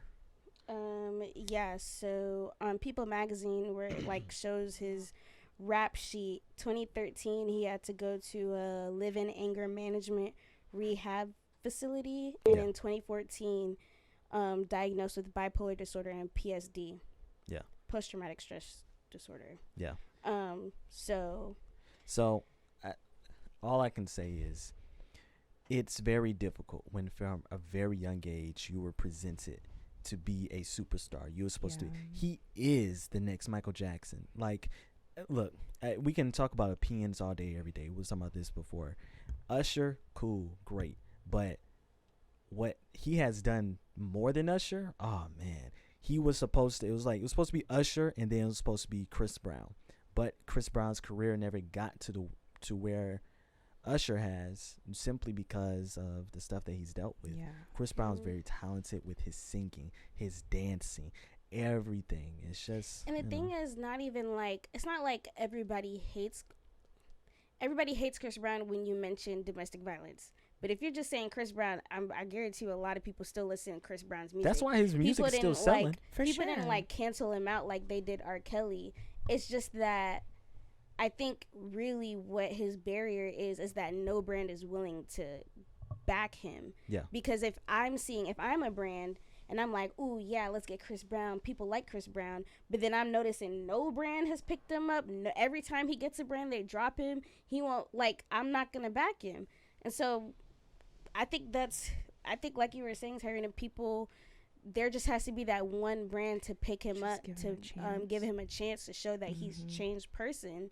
And it is tough when you're a young kid and you're just trying to navigate life, that everybody in the world has deemed you to be this evil person. Yeah. Unfortunately, if he gives up and is just like, you know what, I don't care anymore, then that's just what his legacy is going to be. But if he wants to try to turn it around, he's going to have to do something, even if it's not his responsibility to prove himself. Unfortunately, that's the place that he's in. So what can he do? I don't know. I'm not a PR person. Like, the things that I would assume that I can go based off of what I see in movies. Yeah, when a celebrity does something bad, they do a bunch of community service. They make sure they're seen in charity, serving the community, doing all of these different things. But it seems like for some reason Chris Brown is a black sheep. And it doesn't matter. Like, it doesn't matter if we see him doing all of this, because there will be people on Twitter saying it doesn't matter. He still hit Rihanna. I was just about to say that. And that's the thing for me. It's like I understand what you guys are saying. If I didn't look up his name and seen anything else, I would be like, why is Chris Brown? He was 16 when it happened. Like, we all have done something that we're embarrassed of, that we're scared of, that people will find out about. The only difference between us and Chris Brown is that he was in the media and they exposed him. Yeah. But if we all were looking for redemption, we're all looking for redemption and forgiveness. Even Ray Byron, do you know the football player from the Ravens? You talking about Ray Lewis? Yeah, Ray Lewis. He abused his woman, and so he was dropped from the Ravens. But granted, he's made a comeback now. There's several celebrities who have made a comeback from domestic abuse. But who were they abusing? Right. And it's so, because of Rihanna. And I feel like, has Rihanna ever been like publicly like, y'all gotta chill? No. I don't think so. It wouldn't benefit her to either. If I was Rihanna, I would not be like, oh, y'all need to chill. Yeah. And I get that. I understand that. But I don't know. I just feel like it just goes back to people taking on shit that doesn't have anything to do with them. Yeah. As we see, our parents' artists, the artists that they idolize and the drama that they dealt with, we're seeing them at 50, 60s and 70s coming back together and squashing their beefs and having interviews and everything. Sadly to say, it may just take something like that, and by that time it's just really trying to give Chris Brown his flowers, because we see those interviews all the time where the celebrity didn't get the recognition that they should have, or they were blackballed, and et cetera, now they're on their pretty much darn near their deathbed, and now everyone wants to come out, whether it's Rihanna and him, have a sit down conversation, all this type of stuff, because it's just bad press. There's a reason why these companies are reaching out to him in the first place, because he's talented. But then when they, no, we can't, et cetera, and I just feel like something as big as the NBA, and I think it was like Ruffles. Well, Ruffles did make a statement saying that they didn't say that. Oh yeah, I saw that. Yeah. So they could have not, but come on, man. Like, everything is perception. Right. All you gotta do is just drop a thing to say we didn't say that just to save your face. Also, Right. it says because of their sponsors like Ruffles, which means he could be referring to other companies besides Ruffles. Yeah. What I was gonna say is, even if it was Ruffles, I feel like people aren't gonna just be like, well, I'm not buying Ruffle chips anymore because Chris Brown. So it's just like, it goes back to us saying that a company just has to give them a chip. Like, yes, you do get to choose who and who you don't want to represent you. Like Netflix did with Dave Chappelle. Yeah. You know about that, right? About Dave What did Chappelle and Dave how Chappelle he was taken off of Comedy Central, or he wasn't getting paid from Comedy Central or something like that. Sort of. I mean, that was ended up being part of the story, but the biggest story was his latest comedy. Well, not his latest, the second to latest comedy special. He was talking about the LGBTQ plus community and trans people, and it was in a Dave Chappelle political, comical way, basically saying he does not like a lot of the extremists, but he did have a very dear friend who was. He was, you know, and there was a whole boycott about it. Yeah. But Netflix stood behind stood behind him. Yeah. Exactly, which is fine because I did see that special and I know exactly what you're talking about. Yeah. And when I was watching it, like I always say, I don't really consider myself a part of the LGBTQ community because there's a lot of stuff that I don't really stand for. Yeah. But whatever. Even me being a woman who does like women and find women attractive, I didn't really see, like, it was funny. At the end of the day, it was funny. Like, yeah.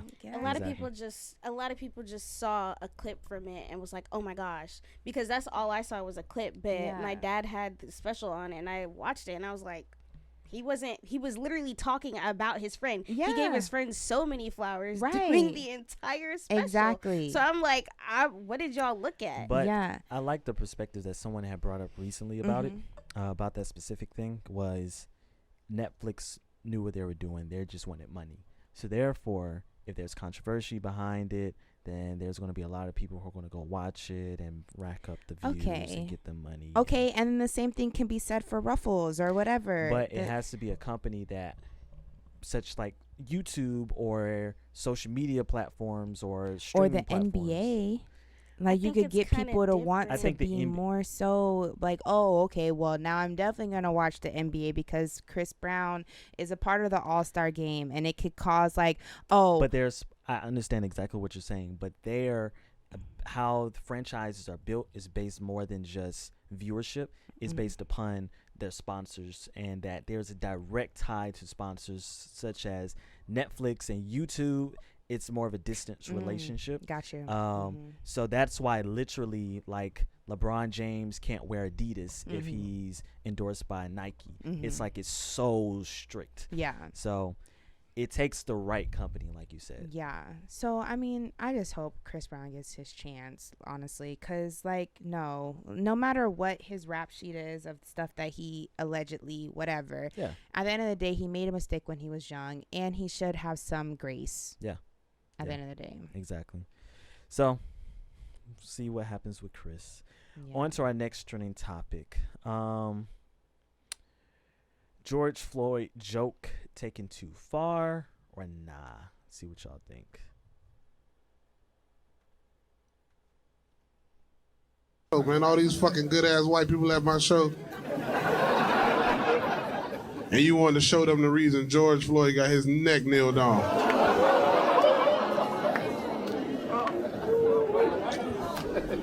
Don't ooh at that joke. It's just a joke, man. I would have never kneeled on George Floyd's neck.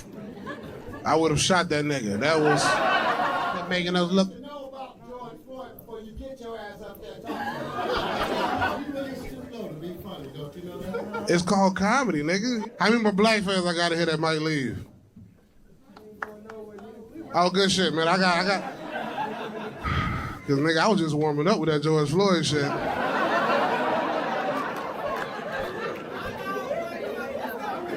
You ready to go? All right, baby. Okay. All right, you offended too, baby, with the braids? Right. You offended too? God damn, man, fuck. Y'all good? Or y'all about to...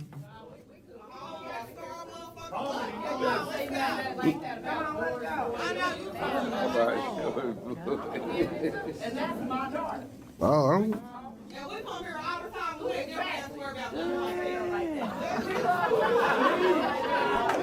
I like Kyle Rittenhouse too.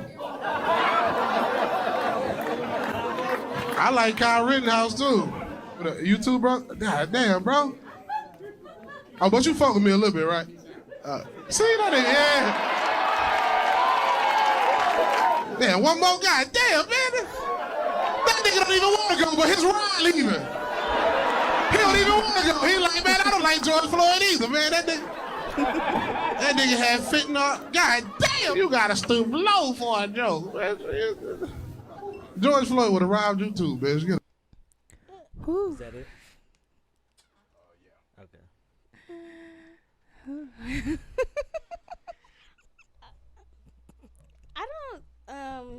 I think that that's considered dark humor. That's a thing. Yeah. And I feel like people who like dark humor would have found it funny. I feel like it is sensitive because, of his significance in history, I guess, because it's in the past. But I can't, he's a comedian. He just did dark humor. I can't really, it's like, if I don't agree with it, why, I'm not about to watch him. That's all I have to do. So for me, it's kind of like, why is it viral? That's all. That's all I got. I feel like similar to what Flo said, I had saw that before you said you wanted to make this a trending topic. And when I saw it, I was just kind of like, I mean, it just is what it is. Okay, he made a joke about it. It's dark humor, whatever. If you don't like it, then leave just how you did, whatever. I don't know. I get it because a dude, a guy, a man lost his life. I understand. I don't have anything else to say about that. I might get canceled. Both of y'all. How about this? Me? How? All I said was, wait a minute now. You wait, no, don't cancel me. You can't cancel me because all I said was he has dark humor and they didn't like it. What did I observe? I just observed what was on the screen. Do you know, have you heard people actually do dark humor? It's dark. That's the whole purpose. Nobody said it was light. Nobody said everybody doesn't like dark humor. All I'm saying is what he did would be considered dark humor. Yeah. So I can't say if people want to talk about dark humor is just morally wrong, then that's what you believe. But if it's so, here's what I would say. I like dark humor. I make dark humor jokes myself. But I do believe that we have to understand the world that we live in, that at the end of the day,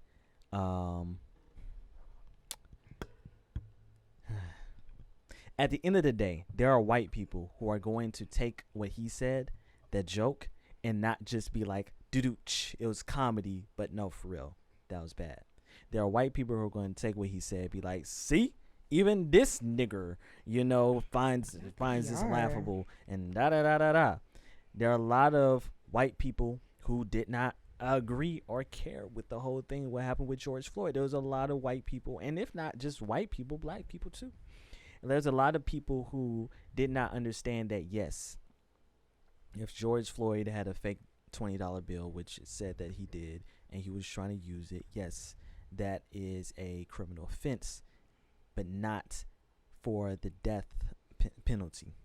So the whole point of why so many people were fighting for George Floyd was not that he did not do something bad, but that he did not do something that wasn't worthy. He did not do something that was worthy of being killed. Of his life, yeah. On top of the fact that it was even worse than shooting.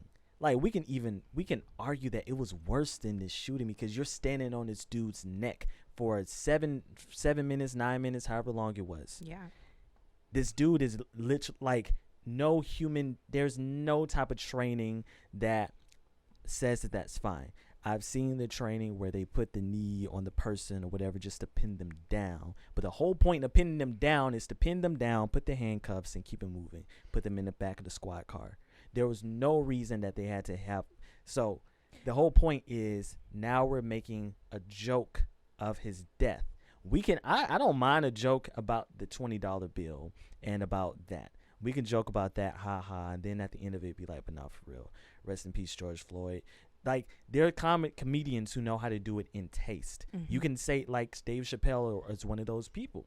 If he was to make that joke, he knows how to do it in taste and take it back to police brutality and then spin the joke back on white people, and you know how to do it in taste. But when you're just doing it just for the sake of, here's a funny thing about it, and there's no really spin on it, there's no depth to the joke, to the dark humor, now we're crossing the line of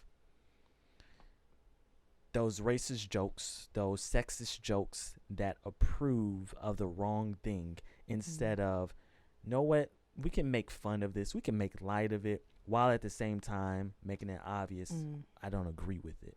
And that's what people were saying about the Matt Rife joke, about the black guy. Y'all remember in his comedy special? He was like, I went to Boston and the food was bad and et cetera at the restaurant, and or the waitress had a black guy, and and it was like, black guy. I was like, what did he say? Black guy. Yeah. And it was like, I would have she had a black too. He said something, I would have beat you too, or something like that. Like, yeah. Or if she knew how to cook, maybe she wouldn't have the black eye. And that shit was funny. It's funny, but the issue is that he didn't tell it to where he didn't build it up to where it's like, we understand there's a joke. And people are broken, comedians have broken down, there's a science into writing a good dark joke so that everyone understands it's a joke. He didn't do a good job with that.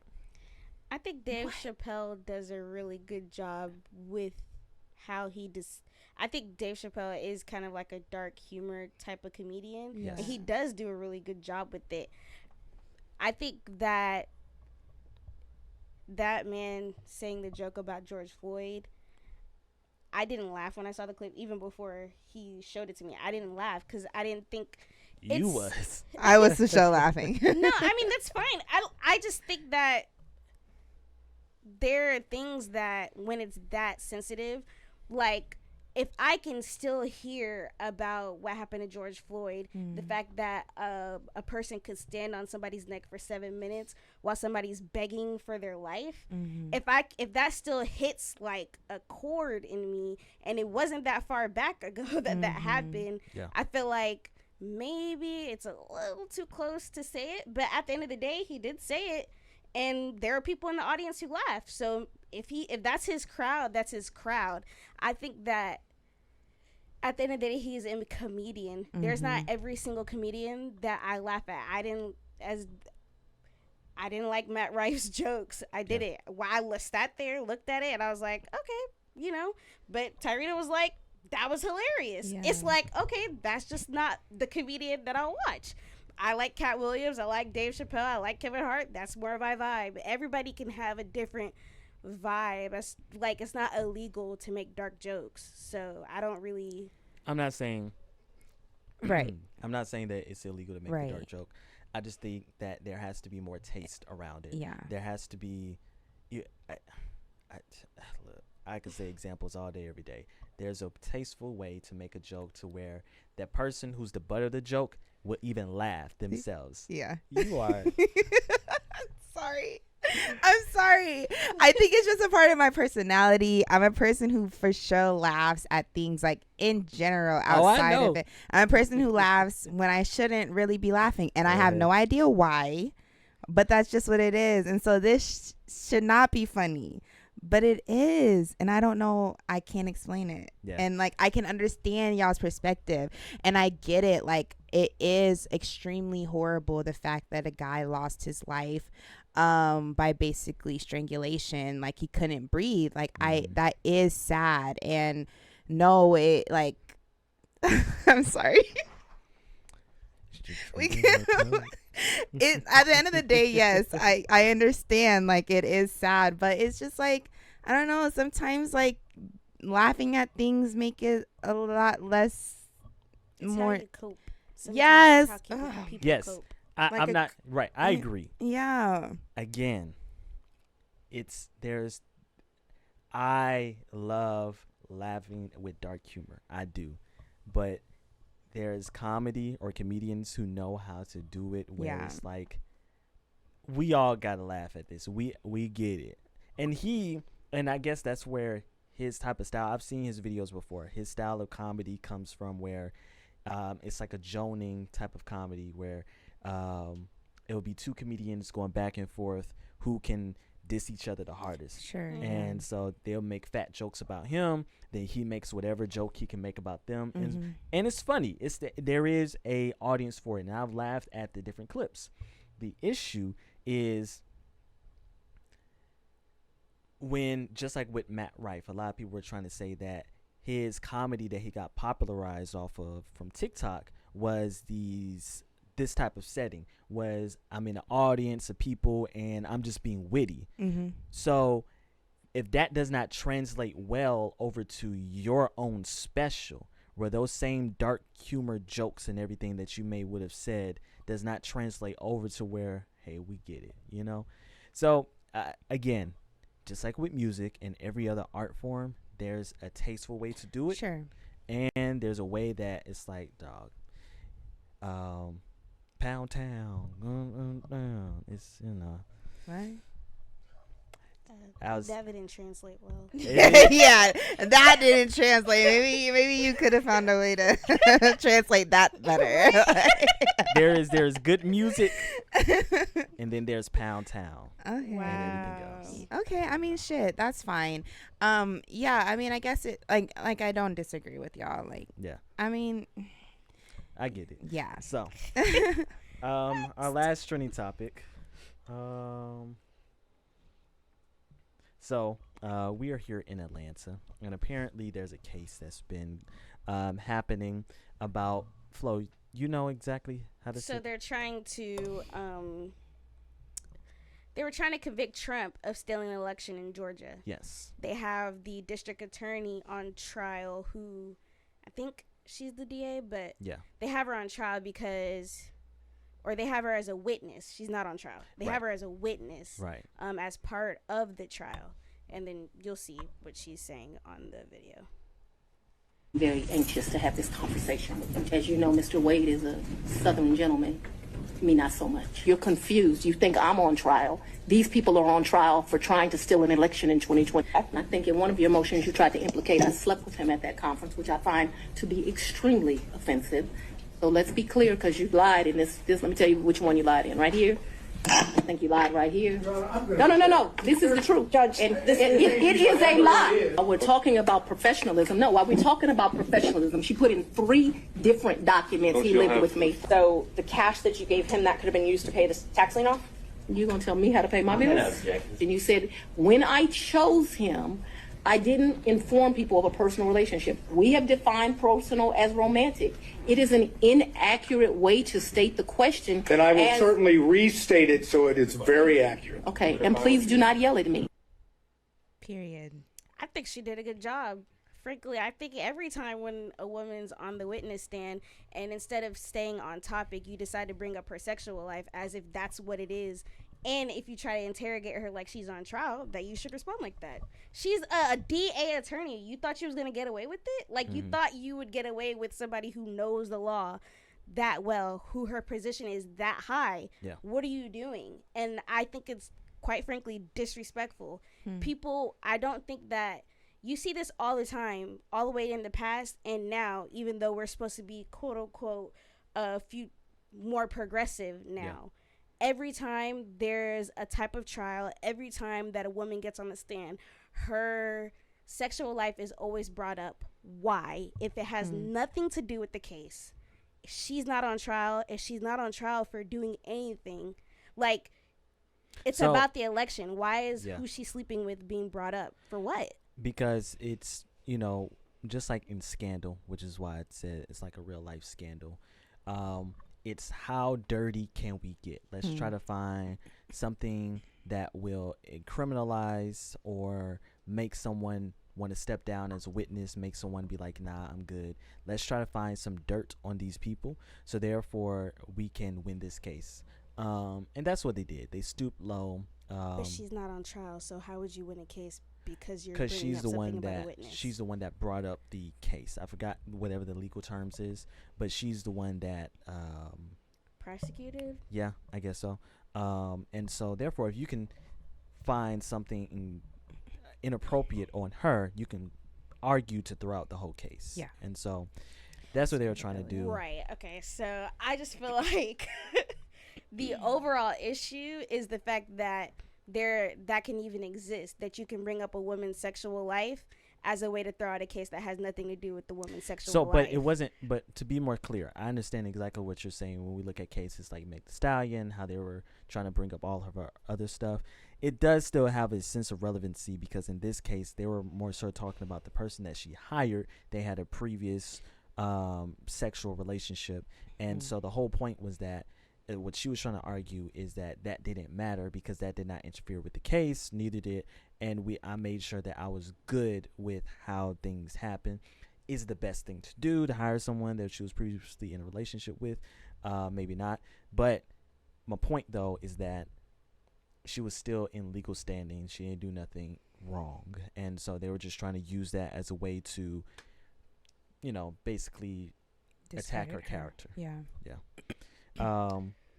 So I just think it's interesting, like I said, it was a real life scandal to me, because it's like an episode like that on Scandal. So but yeah, I feel like all of the court cases so far that have been like broadcasted have just been very unserious. Even when you look at the YSL. Yeah.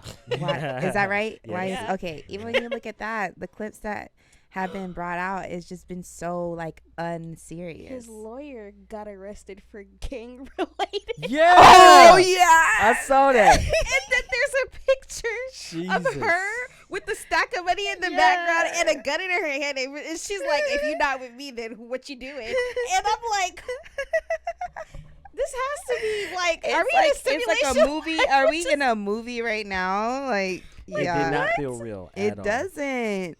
I just feel like this whole generation, like the wave that we're going into now, is so unserious. Yeah. And I don't know if that's a good or a bad thing. But well, it's also unserious because we don't need to be serious.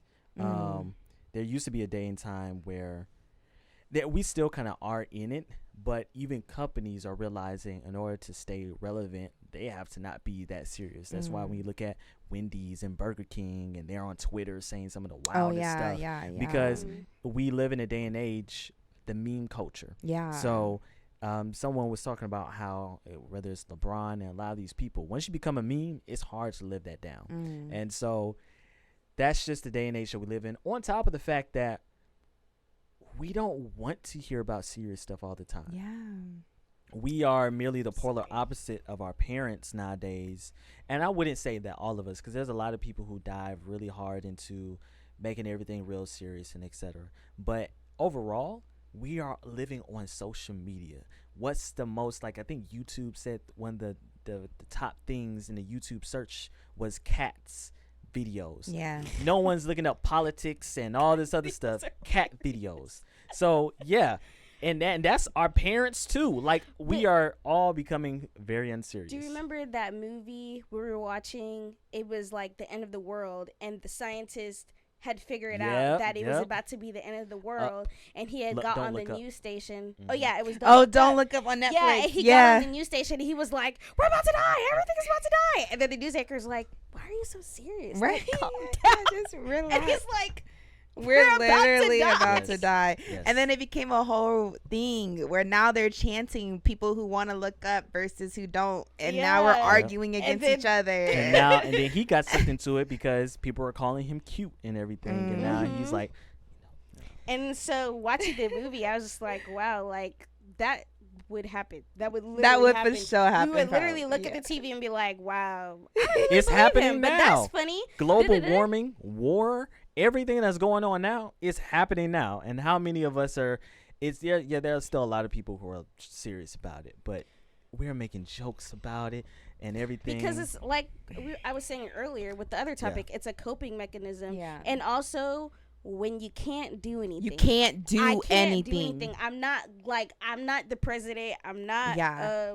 I'm not in power. Right. So, what am I Right. supposed to do? Yes. What am I? Exactly. And when the guy was on the thing and he was like, the world is ending. There is a literal rock coming at the earth about to destroy us. What am I supposed to do with that? Yes. What am I supposed to do for real? Like, besides, oh, cool, the world's ending. Let me go do what I never said I was going to do before. Yep. Let me just go live a crazy life because we're about to die. Yep. Other than that, what do you want? What do you want me to do? Be depressed? Yes. No, don't be depressed. Yes. So you're right. This is a very unserious. And I love it for us. But also, I would say though, It's that's very just social funny. media. Yeah. That's You said just it's what? That's just social media Mm. because the boring stuff is not getting broadcasted. Mhm. Our parents used to watch all the presidents' boring speeches, Right. The bad things that was happening. Our parents used to sit down and watch that. That's why people were saying they missed when Trump was in office. They were like they missed the boring news conferences because Trump was always saying something crazy and everyone was tuning into that. So I mean, we may get it back. Yeah. and this is boring because when we see our president falling down the steps, like he's Yeah, that's literally true. in the middle of talking in a speech that, by the way, makes no sense, and his team turns off his mic. Yeah. I think that's pretty entertaining. I saw a TikTok video the other day. It was a comedian, and I don't know where he's from, but he has Hispanic or Latin background, whatever. And so he was telling a joke about, he was like, yeah, like I would love to vote. I would be interested in voting. But basically it just feels like America is just this big party where you have one guy who is super, super drunk and just says anything that comes out of his mouth. And sometimes it's racist, Trump. Or you have a guy that's so high out of his mind trying to convince you that he's not high and just like saying things that it's like, no. And then it's like, you have to pick one of these two guys to drive you home. And he's like, no, I'm just going to walk. And I'm the person that's like, I'm just going to walk. No, I would take resonate with that. Yeah. I would take the high guy any day. Okay. Have you seen I'm sorry. I'm talking about if we comparing it to high versus drunk. But yeah. Hey, Lee, you gonna get the tennis shoes? No. Yeah. Bro, Trump. Actually, it wasn't even Trump. It was Fox News where they were like, or I don't know if it was Trump Fox. came out with the shoes, Yes, but then Fox News covered yeah, it was in news. He was like, oh yeah, black people are gonna start voting for Trump because he came out with sneakers. And he was like, yeah, the sneakers, it did it. And I was like, Yeah. wow, okay. I mean, shit, he probably will though. The Like, sneakers were trash. like They did not look niggas love to be like, yeah, I voted, but don't even know what the fuck they voted for. So it's True. like, whatever. But man, that's a whole nother conversation. Sure. All right. Well, Miss Tarina, it is time for the hot take. The hot take. And you are in the hot seat. Sure, yeah. I feel like my hot take really goes into our topic of the day, kind of. I wanted to discuss like my idea of marriage, because I feel like it has definitely changed over like even just the last like 3 years. My idea of marriage has changed. And I want to preface with this. I'm not saying that I don't want to get married. I would love to be married. I would love to have somebody that I can trust fully to want to spend the rest of my life with them, and we can figure out something between the two of us that works, and I can trust that this is like my partner. I would love that. But I feel like because of my mindset of like understanding that people can change over time and we may no longer align, and that life is honestly a flow. You may no longer connect with the person that you thought they were. So now where I'm at is just wanting to have a serious partnership with the idea of like just knowing that things could change, and both being vulnerable and comfortable with the idea can change, and marriage doesn't necessarily have to define that connection. Yeah, I guess that's like kind of controversy. Like, so the non-consensual, the consensual non-monogamous. It ties into that, yeah, being consensual non-monogamous. Like, even with me being consensual non-monogamous, like I'm saying, like I'm not saying that I wouldn't want to get married. Yeah, who doesn't want to? But I feel like people's ideas of marriage really goes to the wedding and then it stops there. That's my opinion. I feel like people be so focused on like, oh, I want to get married because they fantasize about of kids being, little girls growing up, they fantasize about the wedding. It's not really what the marriage means. And I feel like you can have a whole marriage. You can have a marriage by definition without even like being married for real. So I just feel like you don't have to get the law involved to define your love. And I even went to saying like, I wouldn't even want to call it a wedding. If you want to put a label on it, I would be down to having like a ceremony of love. You know, that's what I would call it. Like, yeah, we can go through the motions of walking down the aisle, having people or whatever, but we don't have to sign our name on no legal documents or whatever. We don't have to. And yeah, go ahead. Oh, we don't have to. I'm not saying that I wouldn't, because taxes, with tax purposes, like that would be very helpful. And I feel that was say. Yeah, you know, so like, yeah, so I'm not saying that it doesn't, but what I mean though is like, it's harder when you're in a marriage. It's harder to separate from somebody. And if you are a person who has my mindset like me, knowing that things can shift and change, and you may no longer, not to say that that's my idea of going into it, just knowing that could be a reality, it's harder to separate from somebody like that. Like, people kill because they can't get out of divorces or whatever, you know, like, so it's just like, we don't even have to go through all that. Not to say that I would love to be married, but if it doesn't happen, I understand. Like, you know, that's not my end all be all. If I'm with somebody and I have a certain relationship with them, we understand each other, we don't have to necessarily sign our name on paperwork if we don't want to, but I am down to do it. Yeah. Okay. I feel like marriage is only beneficial for tax purposes. Because you can have love without that. What about the hospital? What about the hospital? Oh, as being like the... Yeah. Well, you can put that in your will. You can sign, you can say who you want to. You can verbally say who you would want to be in charge. And, you know, so... I feel that. I would say... You was about to say something? I was just going to say that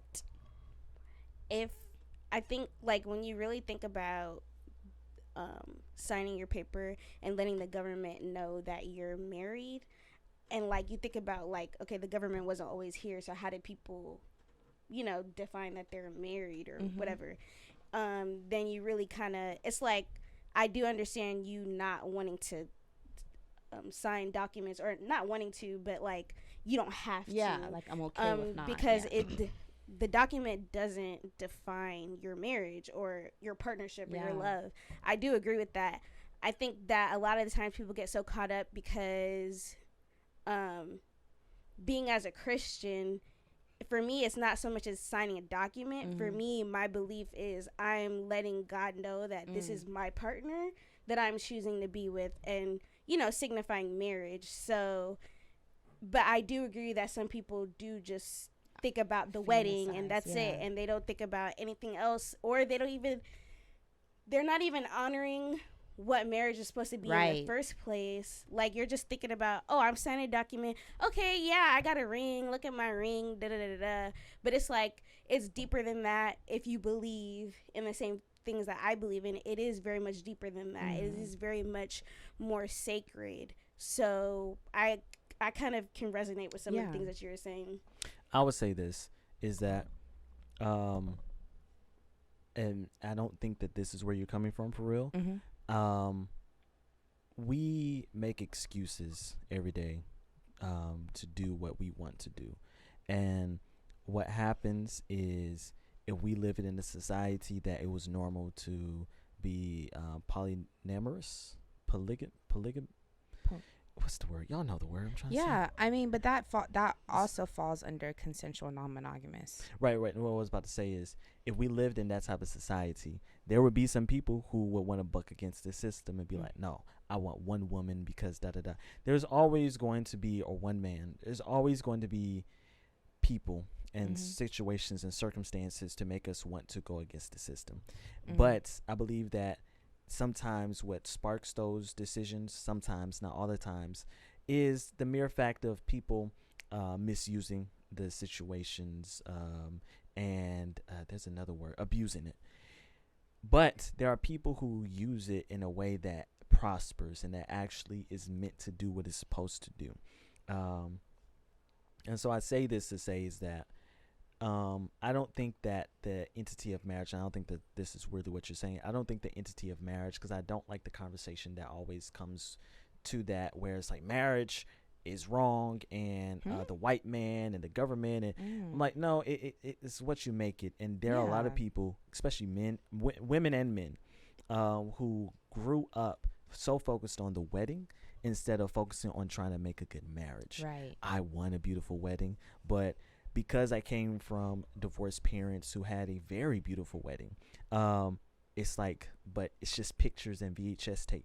Right. It's like, where's the marriage now? And so I want to actually build a foundation with someone that is going to establish into 50, 60, 70, 80 years of marriage and love, and not just married because we stayed together by force, but we want to be with each other. Right. And I guess I was going to my question to it. If you are with the circumstances that you're saying that it can happen if maybe just all depends on going with the flow. Yeah. How do you feel like it could happen, or what do you feel like could happen if your partner or you are in a place that you love this person and you actually want to lock down with it? Now, what Sparkle said in our last episode was that you present this idea to this person, and if they want to be with it, then sure. If not, then you remove. But from my perspective, knowing that, and happens in relationships that are supposed to lead to a monogamous relationship, that both parties didn't communicate to each other when they want to get married, if they're trying to get married right now or ever, and now someone is left hurt because it's like, well, I was dating you because I was wanting to get married, and you're not trying to get married, you're just in the dating phase or whatever it may be. Do you feel like you or the other person could be in a place where I'm ready to lock you down, I love you, and the other person's like, I'm not ready for that yet? I know your answer would be, well, then we'll just move on. Not necessarily. It wouldn't. So that's, I guess that's another thing that I wanted to clear up, because I know in like the first couple of episodes that we've had, I talked about like, well, if you don't align, then, whatever. Yeah. I'm not opposed to working with your partner and having a partnership where y'all do try to find some sort of compromise that works with each other. Yeah. So in a situation like that, where my partner or me wants to settle down, but it doesn't, like, it really depends. My answer can only go based off either we can find some sort of compromise, but if we no longer can find a compromise, or we can't find, then unfortunately, we will have to split. Or if you want me to stay in your life and just demote me or whatever, we figure out. That's kind of the terminology that I use, because like I'm a person who doesn't necessarily like cut people off, but you will get demoted in my life. You will no longer hold the same value.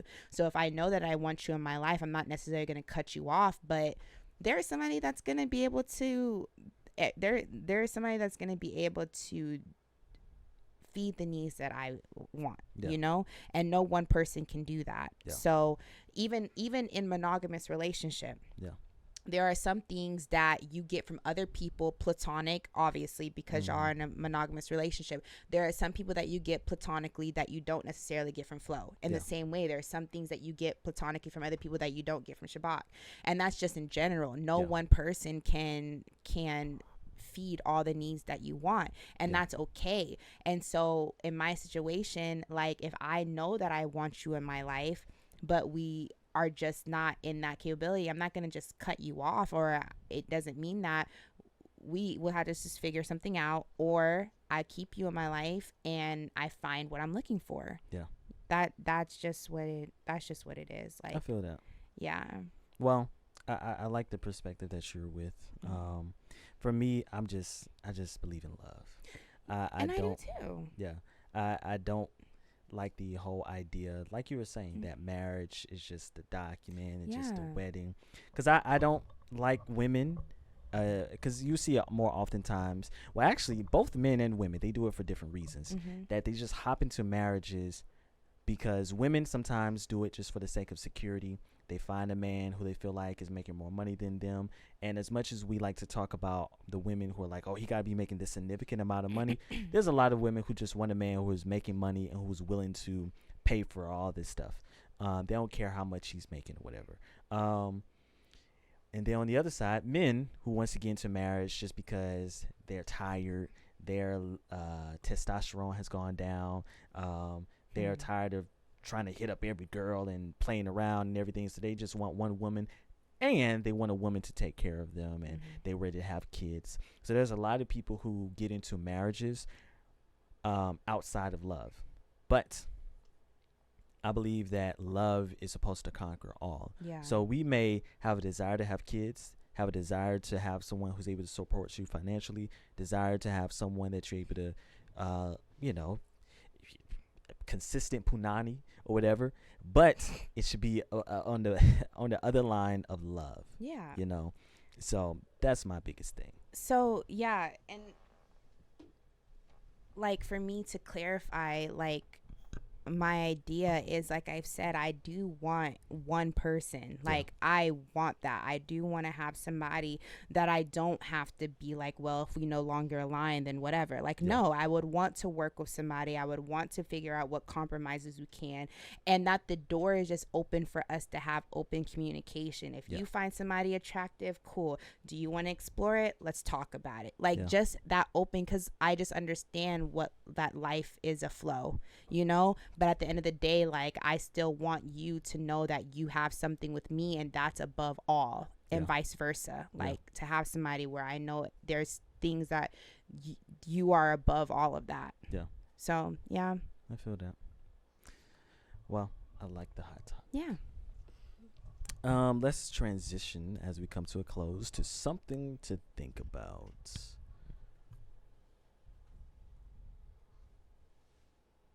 Okay, there we go. I saw this video on Instagram a few weeks ago, and I was like, I think a lot of people these days lack accountability so much that they don't want to be the reason why people leave their life. If you don't value somebody, if you disrespect somebody, if you treat somebody bad and they leave your life, you cannot go on the internet and be like, oh, if God removed them out your life, then that's what's meant to God. Your actions remove them from your life. Your lack of value, you disrespected them, you treating them wrong, remove them from your life. Why don't people take accountability for when they fuck up? If it's meant for me, it's meant for me. No. Sometimes God sends you the people that's meant for you, but you push them away. You disrespect them. You don't value them. And then they leave your life. And instead of sitting there being like, damn, this person left because of me, this person because of me, they try to bring God into the equation of reality. God sent them to you. That person was blessing you. That person was teaching you. That person was motivating you and inspiring you. But because you didn't value them, you lost them. Because you didn't treat them good, you lost them. And it's easier to be like, oh, if it's for me, it's for me, rather than I am the reason why they left. Accountability crazy these days, and a lot of people lack it because it sucks when you the reason and it's not God. Y'all have a blessed day. Yeah, so when I saw this, I was like, yeesh, he is speaking facts. There's a lot of people that I've known in my life, even myself, I've recognized I've had to take accountability for certain bridges that I've burned or whatever. And I think sometimes that's been the thing that has bothered me so much, is that I'm someone who is more than willing to take accountability for my act in someone leaving my life, or something falling out, or just sometimes it's not even a bad thing. It's just a matter of distance and dang, I didn't call the person, I didn't do what I was supposed to do. But ooh, when the tables have turned, or when it's on the other, all the saints, when it's on the other side, sometimes people just like, they did this and they did that. I'm like, you sure? Because they don't see it. Nobody, a lot of people are not reflective. Yeah. And like, if you sit down and listen to people sometimes, and they're like, oh my gosh, I had this bad relationship, they did this to me, they did this. And then you're like, so what did you do? Yeah. And then they're like, I ain't do nothing. I'm a good person. And I'm a good people. And you ask them, what lesson did you learn from that previous relationship? And they can't tell you. No, they'll have lessons for you. They'll be like, I learned that I got to stop allowing people to come into my life and just use me. I'm like, okay, what did you do that could have prevented something? And so you should be very wary when you're getting to know someone, family, friends, whoever, who they're always the victim.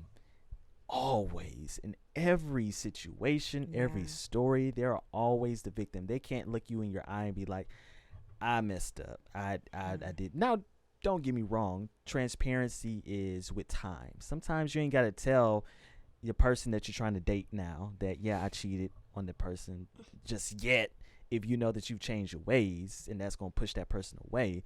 But we just have to be willing to take accountability a lot more.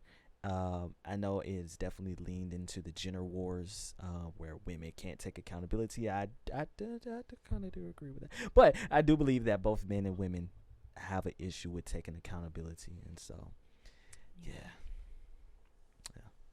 So that was a close of episode 14. Wow. How long was this episode? 2 hours. 2 hours and 15 minutes. 2 hours, 15 minutes. Wow, that's crazy. Well, 2 hours and 50. I think the average has been like 2 hours with our episodes. Yeah. I'm not mad at it. I'm just mad at it with the editing. Anyway. Anyway, until next time, continue talking about things that should be talked about. Create peace. And when what this guy said, I forgot his name. What's his name, Byron? Can you scroll? I want to give him credit. Cornell. He's a TikTok comedian and Vine comedian, etc. What Cornell said: take accountability. Look at the man in the mirror. Make sure you like, share, subscribe. Head over to our TikTok and our Instagram. TikTok be going crazy, y'all. In the comments, man, Tyrena, she be like, all right. Yeah. And it's out, and it is all out of love, honestly. I'm not here to argue with nobody. None of y'all are worth that much time and attention.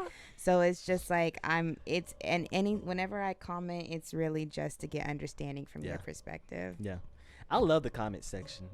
Honestly, too. as a content creator, obviously it makes the algorithm shoot it up. But it's good to see people talk and everything.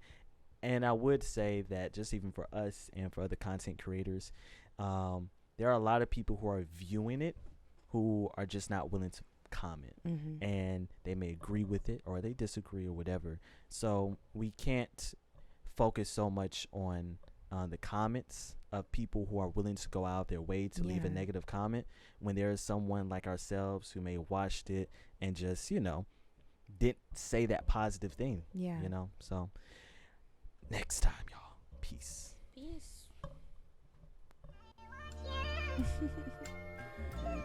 Oh man, that was good. I think the fan